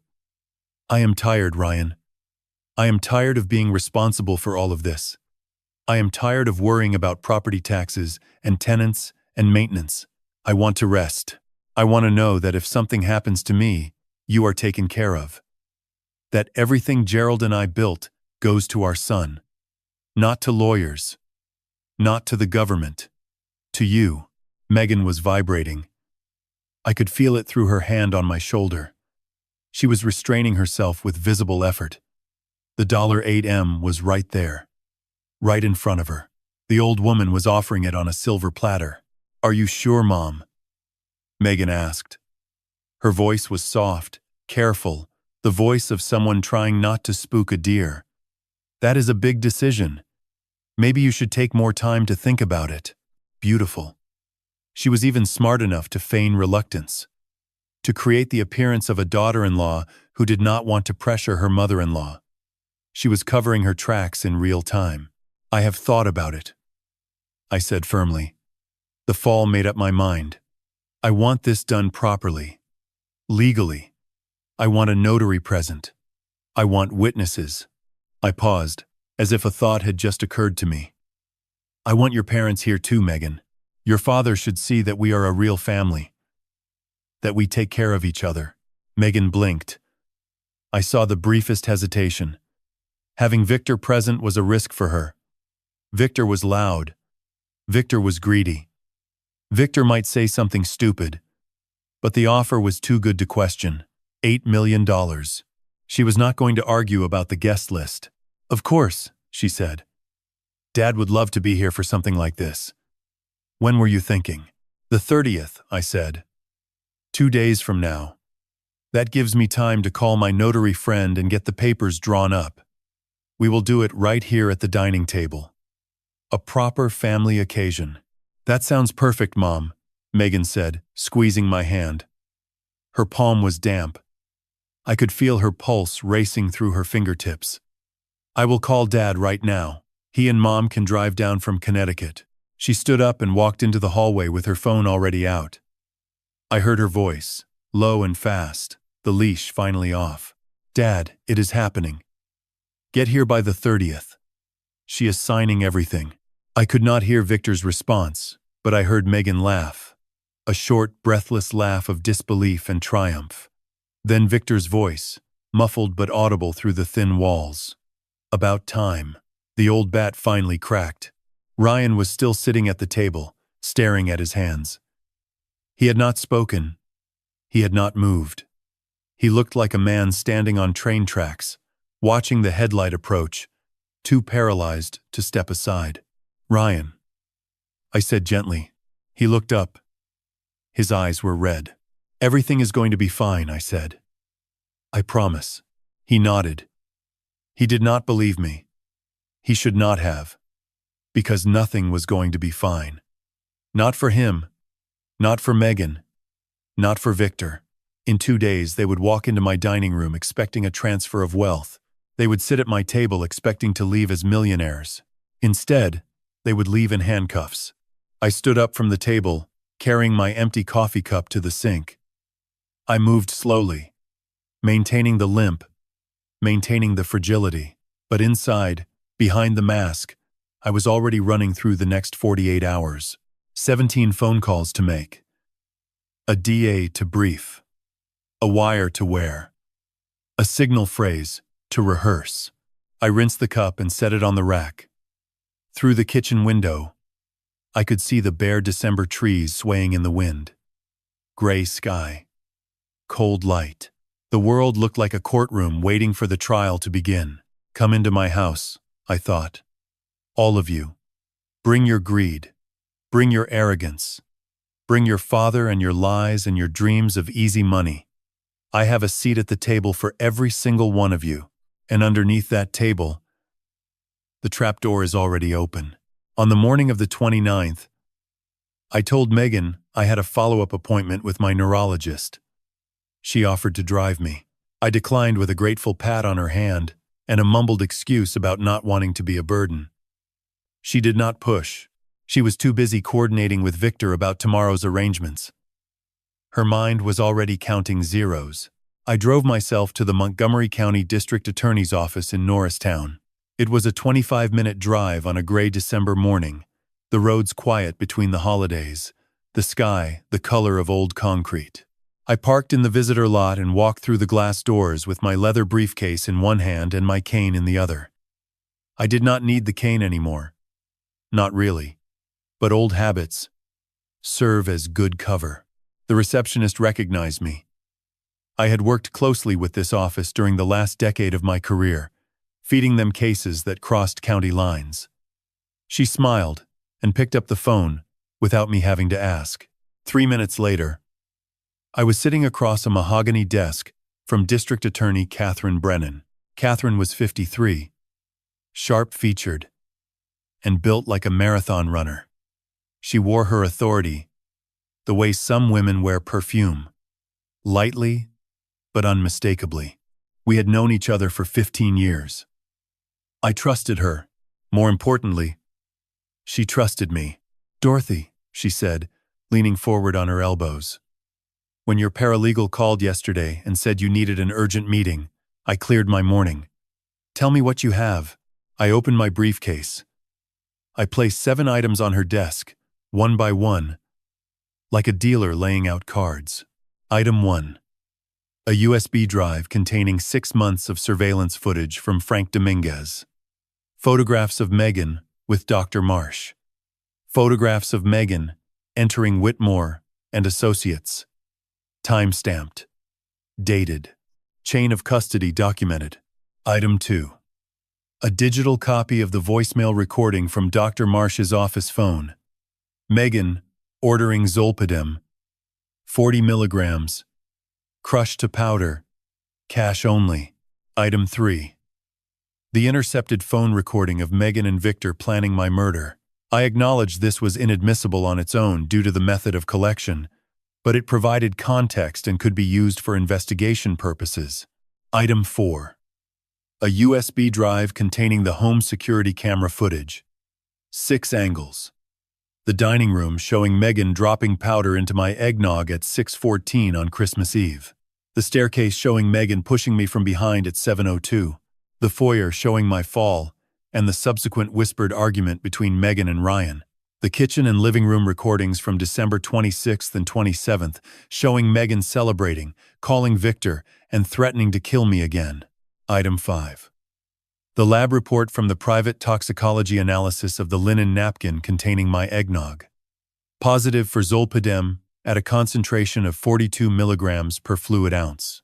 Lethal for a sedative-naive elderly woman if ingested fully. Item 6. A printed summary of Victor Price's gambling debts totaling $2.5 million, sourced from public court filings, collection notices, and Frank's investigative report. Item 7. A copy of the irrevocable trust document demonstrating that even if I had died, the assets would have been locked beyond their reach. Catherine looked at the items spread across her desk. She did not speak for a full minute. She picked up the USB drive with the camera footage and turned it over in her fingers.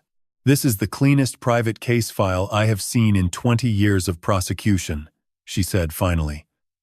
"Better than most of what my investigators produce." "I had 30 years of practice," I said. "You have enough here for arrest warrants right now," Catherine said. "Attempted murder, conspiracy, elder abuse, procurement of controlled substances. I can have them in custody by tonight." "I do not want them in custody tonight," I said. Catherine raised an eyebrow. She knew me well enough to wait.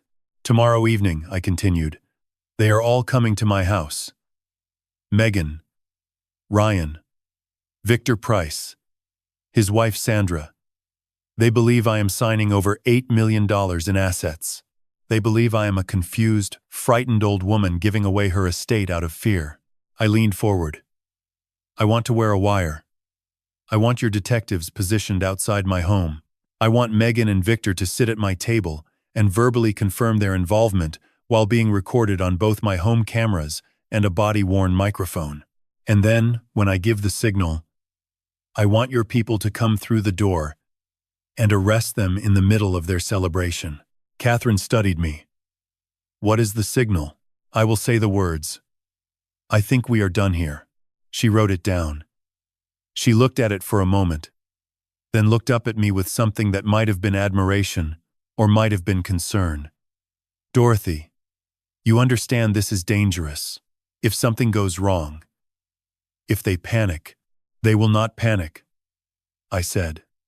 "They think they have won. Victorious people do not fight. They gloat." Catherine tapped her pen against the desk. Then she nodded. "I will assign Detective Ruiz. He is my best. Quiet. Fast. Knows when to move. I will have 4 additional officers positioned in unmarked vehicles on your street. 1 detective will be inside your home, concealed. I am thinking the pantry off your kitchen. It locks from the inside," I said. "Plenty of room. We will fit you with a wireless microphone at 6 tomorrow evening," Catherine said. "Range of 200 yards. Crystal clear audio.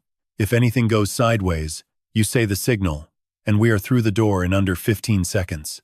I stood up. I extended my hand. Catherine shook it. Her grip was firm and dry. "One more thing," I said. "My paralegal, Patricia Nguyen. She will be present at the signing, posing as my notary. She is not law enforcement, but she is aware of the full operation. I need her there to sell the performance." "Understood," Catherine said. "I will brief my team this afternoon. We will be in position by 7 tomorrow evening." I thanked her.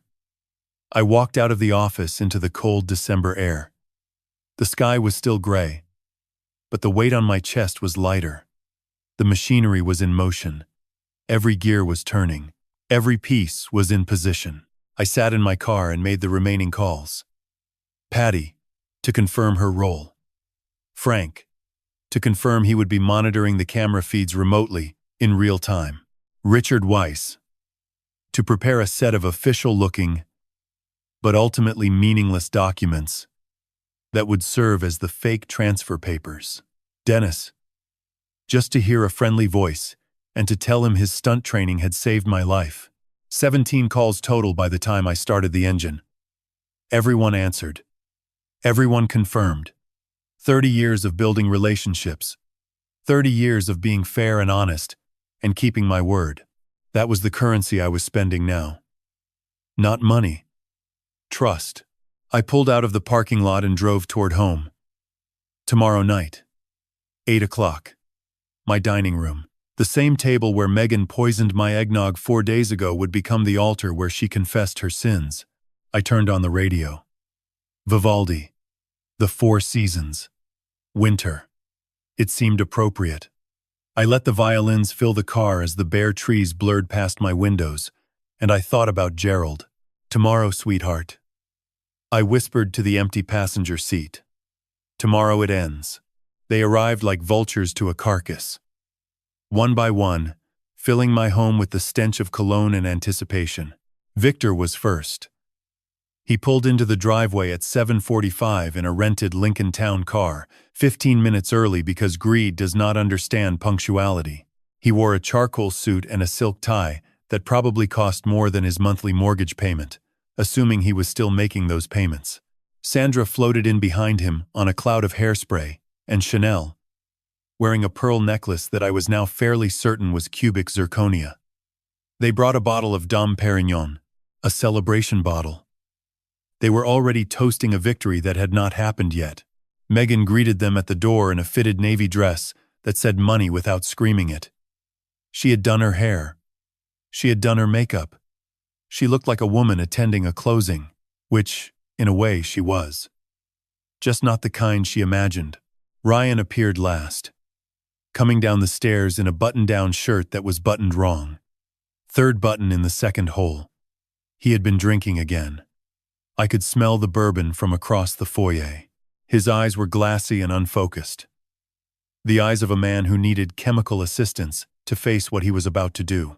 I was already seated at the dining table. The same table.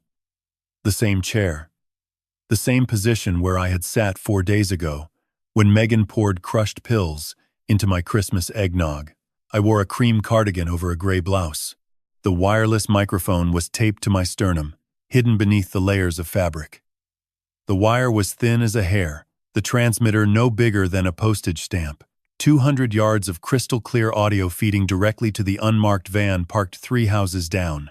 Patty sat to my left, dressed in a conservative black blazer with a notary stamp and seal displayed prominently on the table beside her. She had reading glasses perched on her nose and a stack of official-looking documents fanned out in front of her. She looked every inch the bored government functionary. It was a masterful performance. "Everyone, please sit," I said, gesturing with a hand that I made sure trembled slightly. "Thank you all for coming. I know it is short notice." They arranged themselves around the table. Victor across from me, already eyeing the documents. Sandra, beside him, clutching her champagne bottle like a trophy. Megan next to me on my right, her hand resting on my arm in a gesture of support that made my skin crawl. Ryan at the far end, as far from the action as possible, staring at the table surface. "This is Patricia," I said, nodding toward Patty. "She is a certified notary. She has prepared the transfer documents according to my instructions." Patty nodded professionally. "Good evening. I just need to verify everyone's identification before we begin." She collected driver's licenses. She wrote down names and dates. She was stalling beautifully, giving the cameras time to establish everyone's presence at the table. Victor could not contain himself. He leaned forward, elbows on the table, peering at the documents. "So, Dorothy," he said, his voice dripping with that patronizing warmth that made me want to reach across the table and slap him. "This is very generous of you. Very wise. A woman your age. After a scare like that, it makes sense to simplify things. A woman my age," I repeated softly, as if the phrase wounded me. "He just means you deserve peace of mind." Megan interjected smoothly, squeezing my arm. "We all want that for you, Mom." Of course," Victor said, waving his hand. "So, the properties. All of them? The strip mall? The apartment buildings? The commercial plaza? All transferring to Ryan's name?" I nodded slowly. "Everything Gerald and I built. 40 years of work. $8 million. I let my voice crack on the number. I want Ryan to have it all." Victor sat back with a satisfied exhale. Sandra was already eyeing the champagne, calculating when it would be appropriate to pop the cork. Megan's fingers were pressing into my arm so hard I could feel her heartbeat through her fingertips. Patty slid the documents toward me. She placed a pen beside them. A heavy black fountain pen that Gerald used to sign contracts. I picked it up. My hand shook. The pen wavered over the signature line. "Now," Patty said in her official voice, "if you will sign on the indicated line, Mrs. Callahan, And then initial pages 3, 7, and 12. I brought the pen to the paper. The tip hovered a centimeter above the signature line. I could feel the room leaning forward. 5 bodies tilting toward me, as if drawn by gravity. Victor's breath quickening. Sandra's hands clasped under the table. Megan's eyes locked on the pen tip like a hawk tracking a mouse. I hesitated. "Mom?" Megan said. "Are you okay?" "You can take your time." I did not respond. I stared at the paper. I let the pen tip touch the page. A small dot of ink bled onto the white surface. Then I lifted the pen. I set it down beside the documents with a soft click. I raised my head. I looked at Megan, then at Victor, then at Sandra, then at Ryan, who was staring at his hands. "Before I sign," I said, my voice suddenly clearer than it had been in 4 days. "Is there anything anyone would like to tell me?" Silence. The grandfather clock in the hallway ticked. The radiator hummed. Victor cleared his throat. "Tell you?" "Like what, Dorothy?" "Anything at all," I said. I looked directly at Megan. "Any reason I should not sign these papers tonight? Any truth that might change my mind?" Megan's smile did not falter. It was cemented in place. But her eyes flickered. Just for a fraction of a second, something moved behind those hazel irises. A shadow of doubt. A whisper of fear. "I do not know what you mean, Mom," she said sweetly. "We are all here because we love you, and we want to support your decision." "Just sign, Dorothy," Victor said, his patience fraying at the edges. "You said yourself you want peace. This gives you peace." I picked up the pen again. I held it for a moment, feeling its weight. Gerald's pen. The pen that built an empire one signature at a time. I thought about all the contracts it had signed, all the deals it had closed, all the futures it had sealed. Then I set it down for the last time. I stopped shaking. I straightened my spine. I lifted my chin, and I let the mask fall away. The confusion evaporated. The frailty vanished. The trembling old woman dissolved like sugar in water. And what remained was Dorothy Callahan, prosecutor, strategist, the woman who put 17 murderers behind bars. "Actually," I said, my voice dropping to a register that had made convicted killers flinch on the witness stand, "I think it is time we watched a movie." The confusion on their faces was almost beautiful. 5 people frozen in a tableau of interrupted greed, their expressions suspended between anticipation and alarm. Victor's mouth was half open, a word dying on his tongue. Sandra's hand was still wrapped around the champagne bottle. Megan's fingers had gone rigid on my arm, her nails pressing into the fabric of my cardigan like tiny daggers. I reached beneath the table and pulled out a remote control. The 65-inch television on the wall behind me, the one Gerald had insisted on for football games, hummed to life. The screen filled with a high-definition image that sucked the air from the room. It was this dining room. This table. Filmed from above. From the camera, concealed in the crown, molding above the china cabinet. The timestamp in the lower right corner read, December 24th, 6:14 p.m. "What is this?" Victor demanded, half rising from his chair. "Sit down, Victor," I said. My voice was a blade. He sat. On screen, the Christmas dinner played out in silence. 12 people eating, laughing, passing dishes. And then Megan stood up. She said something about the breadbasket. She walked behind my chair, and in perfect high definition, her hand passed over my eggnog. Her fingers opened. White powder fell into the golden liquid. Sandra gasped. Her hand flew to her mouth. Megan yanked her hand off my arm as if I had burned her. She pushed back from the table, her chair scraping against the hardwood with a shriek. "That is not what it looks like," she said, her voice climbing an octave. "I was putting in sugar. You always say the eggnog is too strong." "I was adding sugar. 42 milligrams of zolpidem is not sugar, Megan," I said. without turning to look at her. I had the eggnog tested. The lab report is already with the district attorney. Victor was on his feet now. His face had gone the color of old cheese. Dorothy, this is outrageous. This is entrapment. You cannot just film people without my house, I said calmly. My cameras.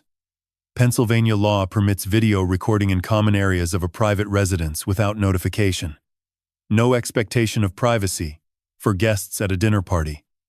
I checked thoroughly. I pressed the remote again. The screen changed. A new angle now. Camera 3. The staircase. The timestamp. Read 7:02 p.m. Same evening. On screen, Dorothy Callahan climbed the stairs, one hand on the banister, her body listing to the side. Behind her, Megan followed. Close. Patient. The camera captured everything from above with clinical clarity. Dorothy reached the 8th step. She stopped. Her hand fell from the railing. And Megan's hands, both of them, pressed flat against Dorothy's back and shoved. The fall played out in slow motion on the large screen. Dorothy tumbling down the stairs. Dorothy hitting the foyer floor. Dorothy lying motionless, while Megan screamed from the top of the landing. Sandra screamed. A real scream, high and ragged. She dropped the champagne bottle. It hit the floor and shattered, Dom Perignon spreading across the hardwood like a golden bloodstain. You pushed me, I said, turning to look at Megan for the first time. On Christmas Eve, in my own home, down the stairs my husband built. Megan was backing away. Her spine hit the wall behind her. She was shaking her head, her mouth forming words that made no sound. Her eyes were wide and white-rimmed, the eyes of a trapped animal seeing the snare for the first time. That was an accident, she whispered. You were falling. I tried to catch you. Both hands flat on my back, I said. Full extension. The footage is quite clear. The DA has already reviewed it. I pressed the remote a third time. The screen changed again. Audio only this time, with a waveform graphic. Megan's voice filled the room, crisp and unmistakable. Dad, it has to be Christmas Eve. That is when she drinks the eggnog. Victor's voice responded. She will get drowsy within 20 minutes. She always goes upstairs early. Victor lunged for the television. He grabbed the edge of the screen as if he could physically silence it. Turn it off, he shouted. Turn it off right now. This is illegal. This is wiretapping. That recording was obtained through investigative channels, I said. Which was technically true. Frank had obtained it. The method was questionable, but it no longer mattered. The home camera footage was clean. The lab report was clean. The wire I was currently wearing was clean. The audio was merely context. I turned off the television. The room fell silent. Glass glittered on the floor. The smell of champagne was sickeningly sweet. I stood up. I placed both hands on the table and leaned forward, looking at each of them in turn. Megan against the wall. Victor gripping the television. Sandra frozen in her chair with champagne soaking into her shoes. Ryan at the far end. His head in his hands. Not looking at anyone. Now, I said, let me tell you what is real. These transfer documents. I tapped the papers on the table. They are blank. There is nothing on them. No names, no properties, no assets. There never was. Megan let out a sound that was halfway between a laugh and a sob. The $8 million in real estate that you have been trying to kill me for, I continued, was moved into an irrevocable trust 3 months ago. It has a clause, Megan, a specific clause that states if any beneficiary is found to have engaged in criminal conduct against the grantor, their inheritance is permanently, irrevocably voided. No appeal. No contest. I let that settle. I watched it hit them. Victor's knees buckled. He grabbed the back of a chair to keep himself upright. Megan slid down the wall until she was sitting on the floor.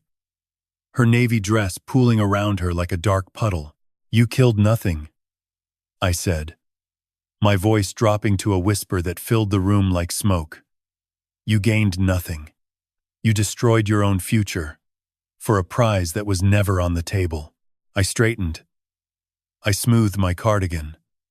I looked at Patty, who had not moved, who had watched the entire performance with the unblinking calm of a woman who had seen it all before.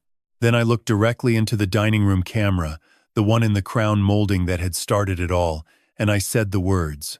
"I think we are done here." The words had barely left my mouth when the front door exploded inward. Not literally, of course. Detective Ruiz had a key. I had given him one 3 days earlier, a copy I made at the hardware store on Lancaster Avenue while pretending to buy weather stripping. But the effect was the same. The door swung open with enough force to rattle the china cabinet, and 4 officers in plain clothes poured into my dining room like water through a broken dam. Ruiz came first. 6'2", shoulders wide enough to block a doorway, badge hanging from a lanyard around his neck. Behind him, 2 female detectives and a uniformed officer who looked young enough to be my grandson. They moved with the kind of precision that told me they had rehearsed this entry more than once. "Nobody move," Ruiz said. His voice was calm, almost conversational, but it carried the weight of a man who had done this hundreds of times. "Montgomery County District Attorney's Office. We have warrants for Megan Price Callahan, Victor Allen Price, and Ryan Thomas Callahan." The room became a photograph. Nobody breathed. Nobody blinked. Then Victor broke the stillness. He lunged for the back door, which was predictable. Frank had predicted it, actually. His exact words had been, "The father will run. They always run." But the pantry door swung open, and a 5th detective stepped out, blocking the kitchen exit with crossed arms and an expression that said he had been waiting in that cramped space for 45 minutes and was not in a charitable mood. Victor stopped. His face went from red to white in less than 2 seconds. I have seen that color change before. In courtrooms, when defendants hear the word guilty, it is the color of a man realizing that every exit has been sealed. "Victor Allen Price," Ruiz said, moving toward him with handcuffs that caught the light from my chandelier. "You are under arrest for conspiracy to commit murder, elder abuse, and procurement of a controlled substance with intent to harm. You have the right to remain silent. Anything you say can and will be used against you in a court of law." Victor said nothing. For the first time since I had known him, the man who always had a comeback, always had a joke, always had an angle, said absolutely nothing. His mouth opened and closed like a fish pulled from water. Megan was next. She had not moved from the wall where she had slid during the video. Her navy dress was wrinkled now, her perfect posture gone. One of the female detectives approached her gently, almost respectfully, and said, "Megan Price Callahan, you are under arrest for attempted murder in the 1st degree, conspiracy to commit murder, and administering a noxious substance to an elderly person." Megan looked at me. Not at the detective. Not at Ryan. At me. And in that look I saw something I had not expected. Not anger. Not hatred. Recognition. She recognized, finally, that she had never been the smartest person in this house. "You planned this," she whispered. "The whole time. You planned all of this." I did not answer. A good prosecutor never confirms what the defendant already knows. Ryan was the hardest. My son, my only child. The boy I had raised alone after Gerald died, the boy who used to bring me dandelions from the backyard and call them roses. He sat in his chair with tears streaming down his face, and when the officer touched his shoulder, he did not resist. He simply stood up and extended his wrists.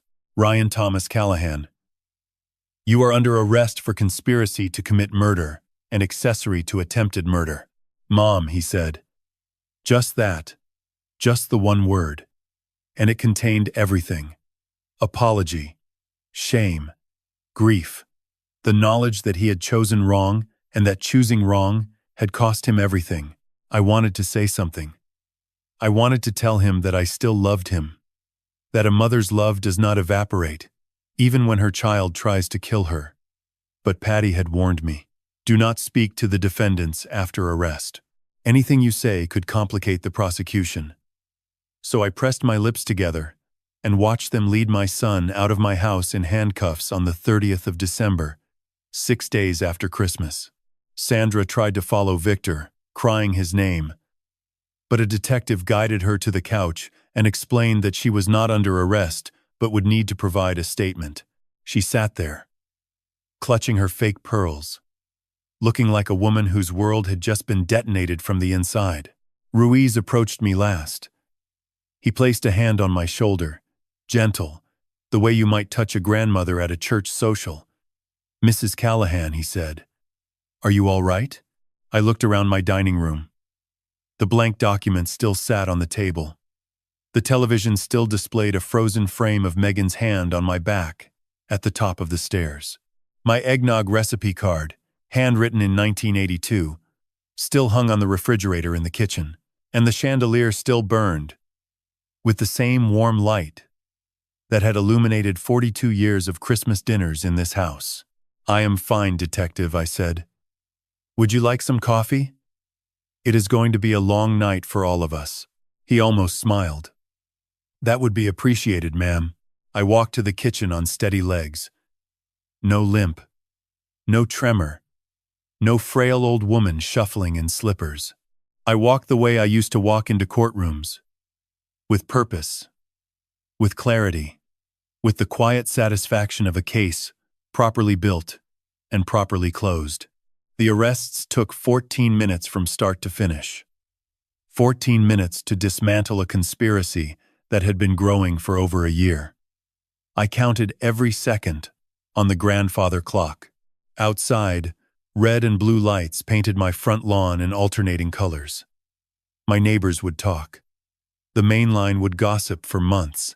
Dorothy Callahan, that quiet retired lawyer on Bryn Mawr Road, had her own son arrested on the 30th of December. Let them talk. I had survived 30 years of murderers, a husband's death, and my own child's betrayal. Gossip was nothing. Gossip was wind. I poured the coffee into my best mugs, the blue ones Gerald had bought in Portugal on our anniversary trip in 1996, and I carried them to the dining room on a silver tray. My hands did not shake. They had not shaken in 74 years. And they were not about to start now. The trial began on the 14th of March, 11 weeks after the arrests. 11 weeks of depositions, motions to suppress, and 3 separate defense attorneys trying to convince Judge Patricia Hartwell that my hidden cameras violated the Fourth Amendment. They failed. Every single motion was denied. Pennsylvania law is clear. A homeowner may record video in common areas of her own residence without notification. I had known that before I bought the first camera. I had known it for 30 years. The Montgomery County Courthouse sits on Swede Street in Norristown, a limestone building with columns that remind me of the courthouses I spent my career inside. I had not entered one in 20 years. Walking through those doors again felt like putting on an old coat that still fit perfectly. The weight of it, the smell of it, floor polish and anxiety and stale coffee from the vending machines on the second floor. Megan's attorney was a man named Grayson Holt, 62. Silver hair, expensive suit, the kind of defense lawyer who bills $900 an hour and earns every penny. He tried 3 strategies across 4 days of trial. First, he argued that Dorothy Callahan had entrapped his client. Denied. You cannot entrap someone into committing a crime they were already planning for 6 months. Second, he argued the Zolpidem was intended as a sleep aid, that Megan was concerned about her mother-in-law's insomnia. The jury actually laughed. 42 milligrams dissolved into an eggnog, without the recipient's knowledge, is not a sleep aid. It is a weapon. Third, and this was his most desperate play, he suggested that Dorothy had pushed herself down the stairs, that the camera angle was misleading, that a 74-year-old woman had somehow thrown herself backward off the 8th step to frame her beloved daughter-in-law. The jury deliberated for 6 hours. I sat in the hallway on a wooden bench, eating a granola bar from my purse, reading a paperback novel I had brought for exactly this purpose. Patricia sat beside me. Frank stood by the water fountain, checking his phone every 30 seconds, pretending he was not nervous. Dennis had driven up from Baltimore and paced back and forth along the corridor in his worn leather jacket, muttering about how juries are unpredictable. I was not nervous. I had seen too many verdicts to be nervous. The evidence was overwhelming. 6 camera angles, laboratory confirmation, audio recordings. Detective Ruiz's testimony alone had taken 3 hours. The only question was sentencing. They came back at 4:17 in the afternoon. The foreperson, a middle-aged woman with reading glasses and a floral blouse, stood and read the verdicts in a clear, steady voice. Megan Price Callahan. Guilty of attempted murder in the first degree. Guilty of conspiracy to commit murder. Guilty of administering a noxious substance to a vulnerable adult. Guilty of elder abuse. 4 counts. 4 convictions. Victor Allen Price. Guilty of conspiracy to commit murder. Guilty of elder abuse by proxy. Guilty of procurement of a controlled substance with intent to cause bodily harm. 3 counts. 3 convictions. Ryan Thomas Callahan. Guilty of conspiracy to commit murder. Guilty of accessory to attempted murder. 2 counts. 2 convictions. I did not react. I sat perfectly still on that wooden bench in the hallway, listening to Patricia relay the verdicts through the courtroom door, and I felt nothing that resembled triumph. There is no victory when your only child is convicted of trying to kill you. There is only the absence of injustice, which is not the same thing as justice at all. Sentencing came 6 weeks later, on the 28th of April. Judge Hartwell, no relation to me despite the similar surname, had a reputation for severity in cases involving elder abuse. She did not disappoint. Megan received 25 years in state prison. No possibility of parole for 15. The judge called it one of the most calculated and cold-blooded attempts on a family member's life she had seen in 19 years on the bench. Victor received 15 years. His gambling debts, totaling $2.5 million, were cited as motive. His prior record, 2 misdemeanor fraud charges from the 1990s, added weight. Dr. Kevin Marsh, who had cooperated with prosecutors in exchange for reduced charges, lost his medical license permanently and received 3 years of probation with 200 hours of community service. He wept on the stand.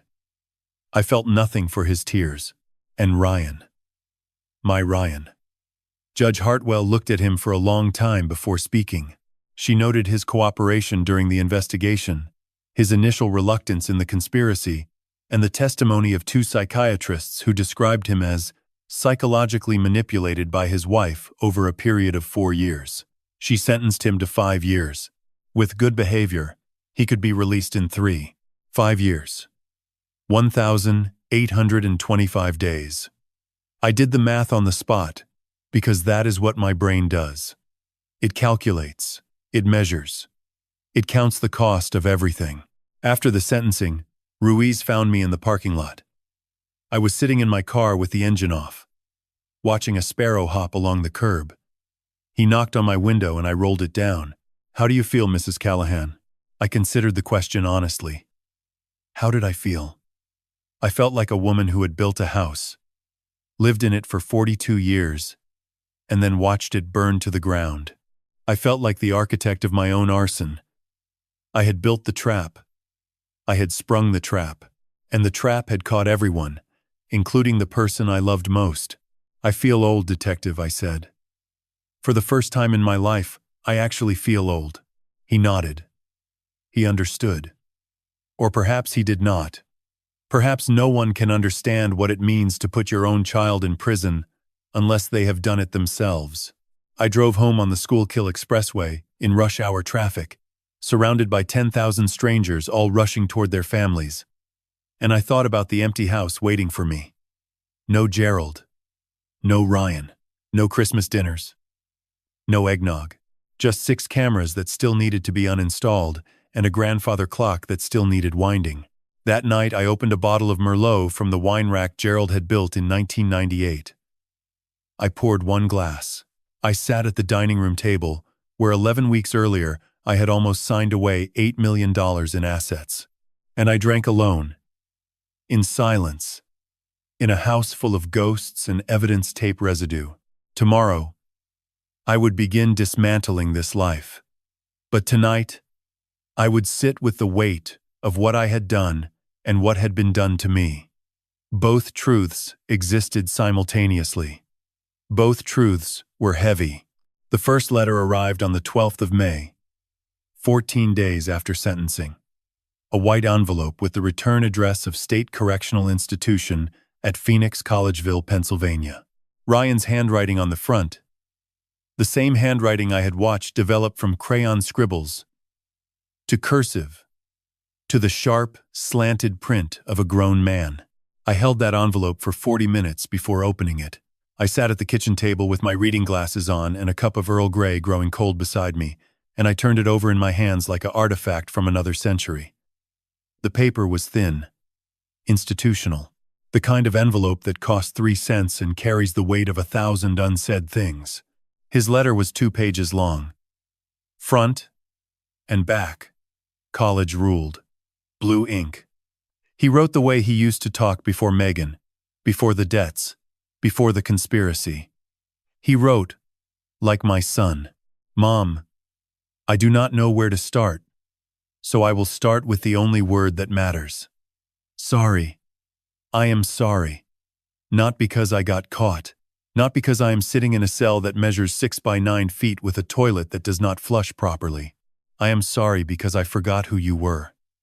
I forgot who raised me. I forgot that the woman I was trying to destroy spent 30 years destroying people like me.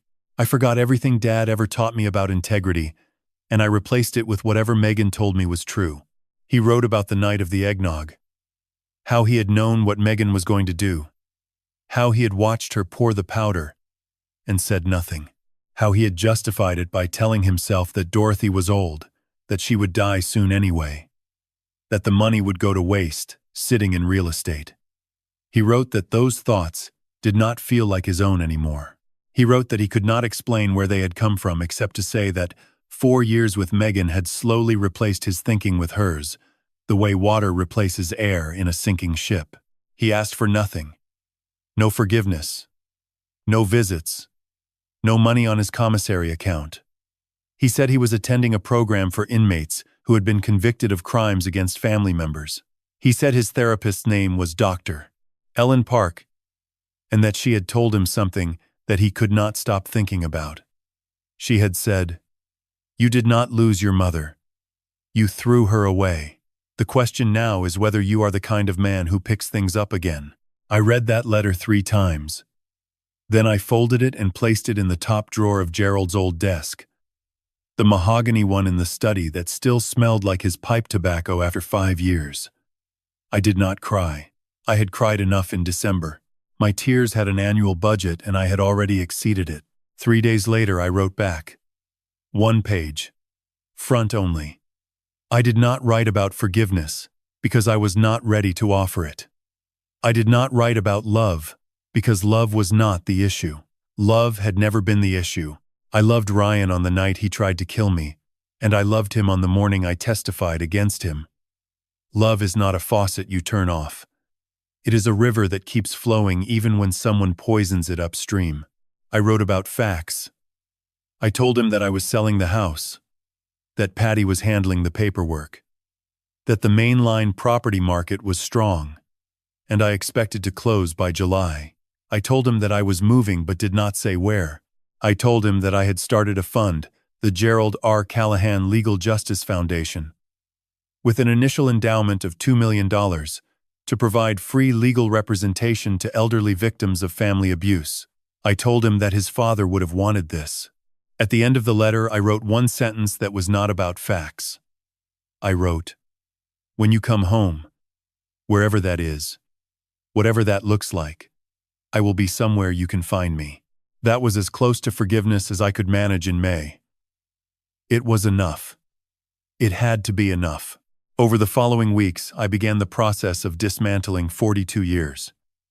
The house sold in 19 days, above asking price. A young family, 2 doctors with 3 children under 7, bought it for $1.8 million. They loved the staircase. They loved the grandfather clock.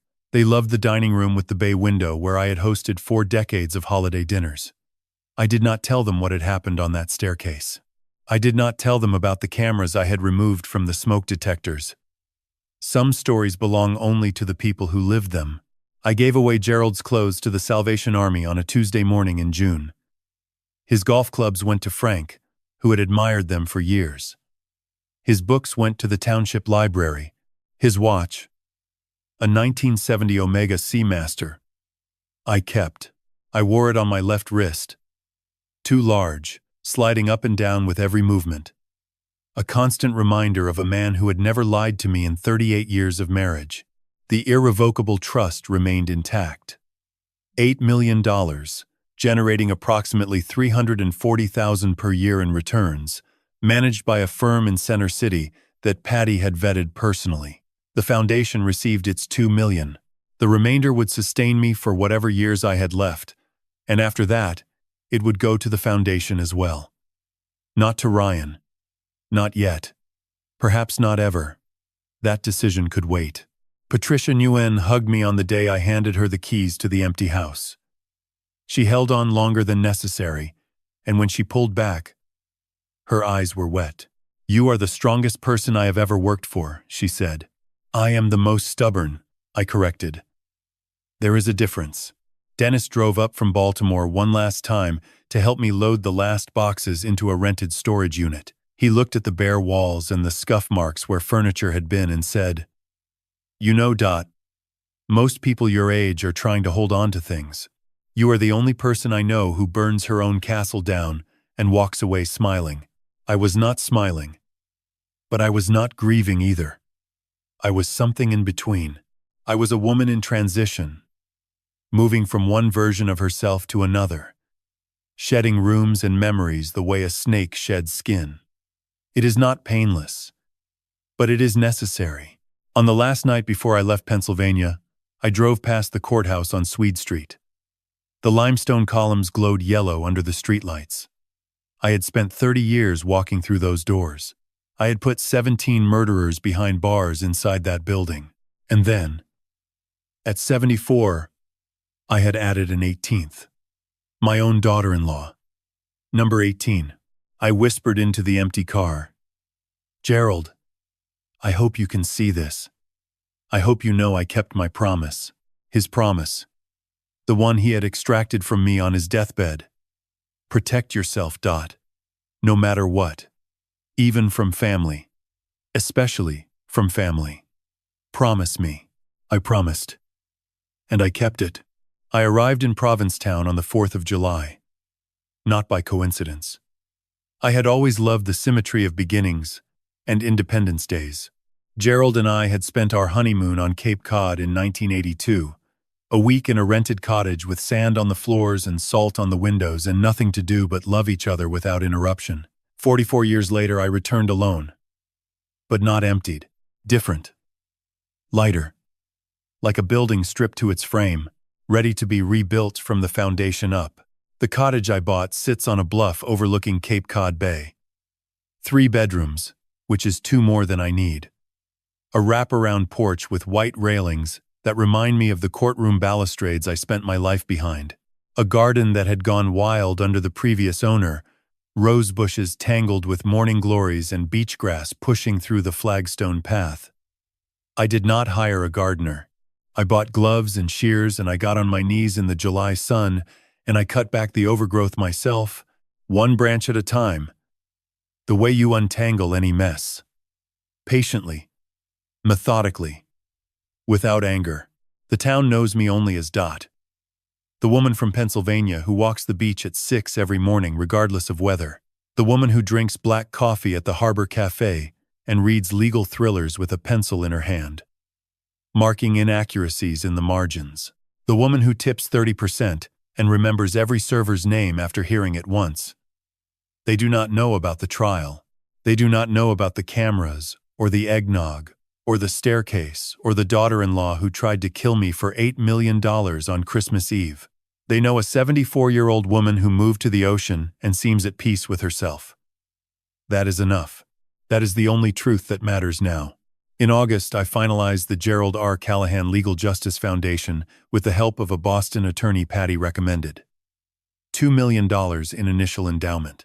The fund provides free legal representation to elderly victims of financial abuse, domestic violence, and family exploitation. In its first year, the foundation took on 37 cases across 4 states. 37 grandmothers and grandfathers who could not afford an attorney, who were being robbed or hurt or manipulated by the people who were supposed to love them. I read every case file personally. Some nights I sit on my porch with the files spread across my lap and the ocean crashing below, and I think, Gerald, this is what we built. Not the real estate. Not the portfolio.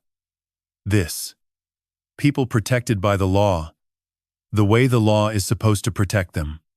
God works in ways I stopped trying to understand decades ago. But I believe He put me in that dining room on Christmas Eve for a reason that extends beyond my own survival. I believe my 30 years in courtrooms were preparation for the one trial that mattered most. And I believe that the $8 million Gerald and I accumulated over a lifetime was never meant to sit in a trust gathering dust.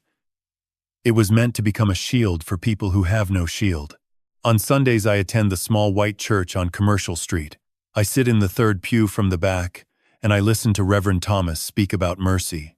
And I think about what mercy means when your own child participated in your attempted murder. I have not arrived at an answer yet. Perhaps I never will. But I am asking the question, which Reverend Thomas says is the point. God does not demand answers. He demands the willingness to keep asking. Frank calls every other Tuesday.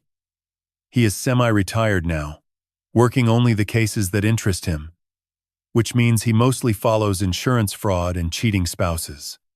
He says, Philadelphia misses me. I tell him Philadelphia will survive. Patricia visits every third weekend in summer. She brings wine and case updates, and we sit on the porch until the stars come out and the lighthouse beam sweeps across the water in 7-second intervals.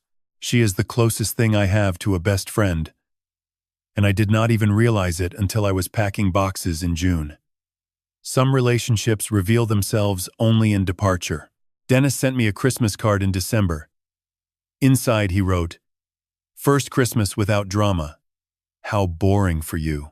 I laughed alone in my kitchen, loud enough to startle the neighbor's cat off my porch railing.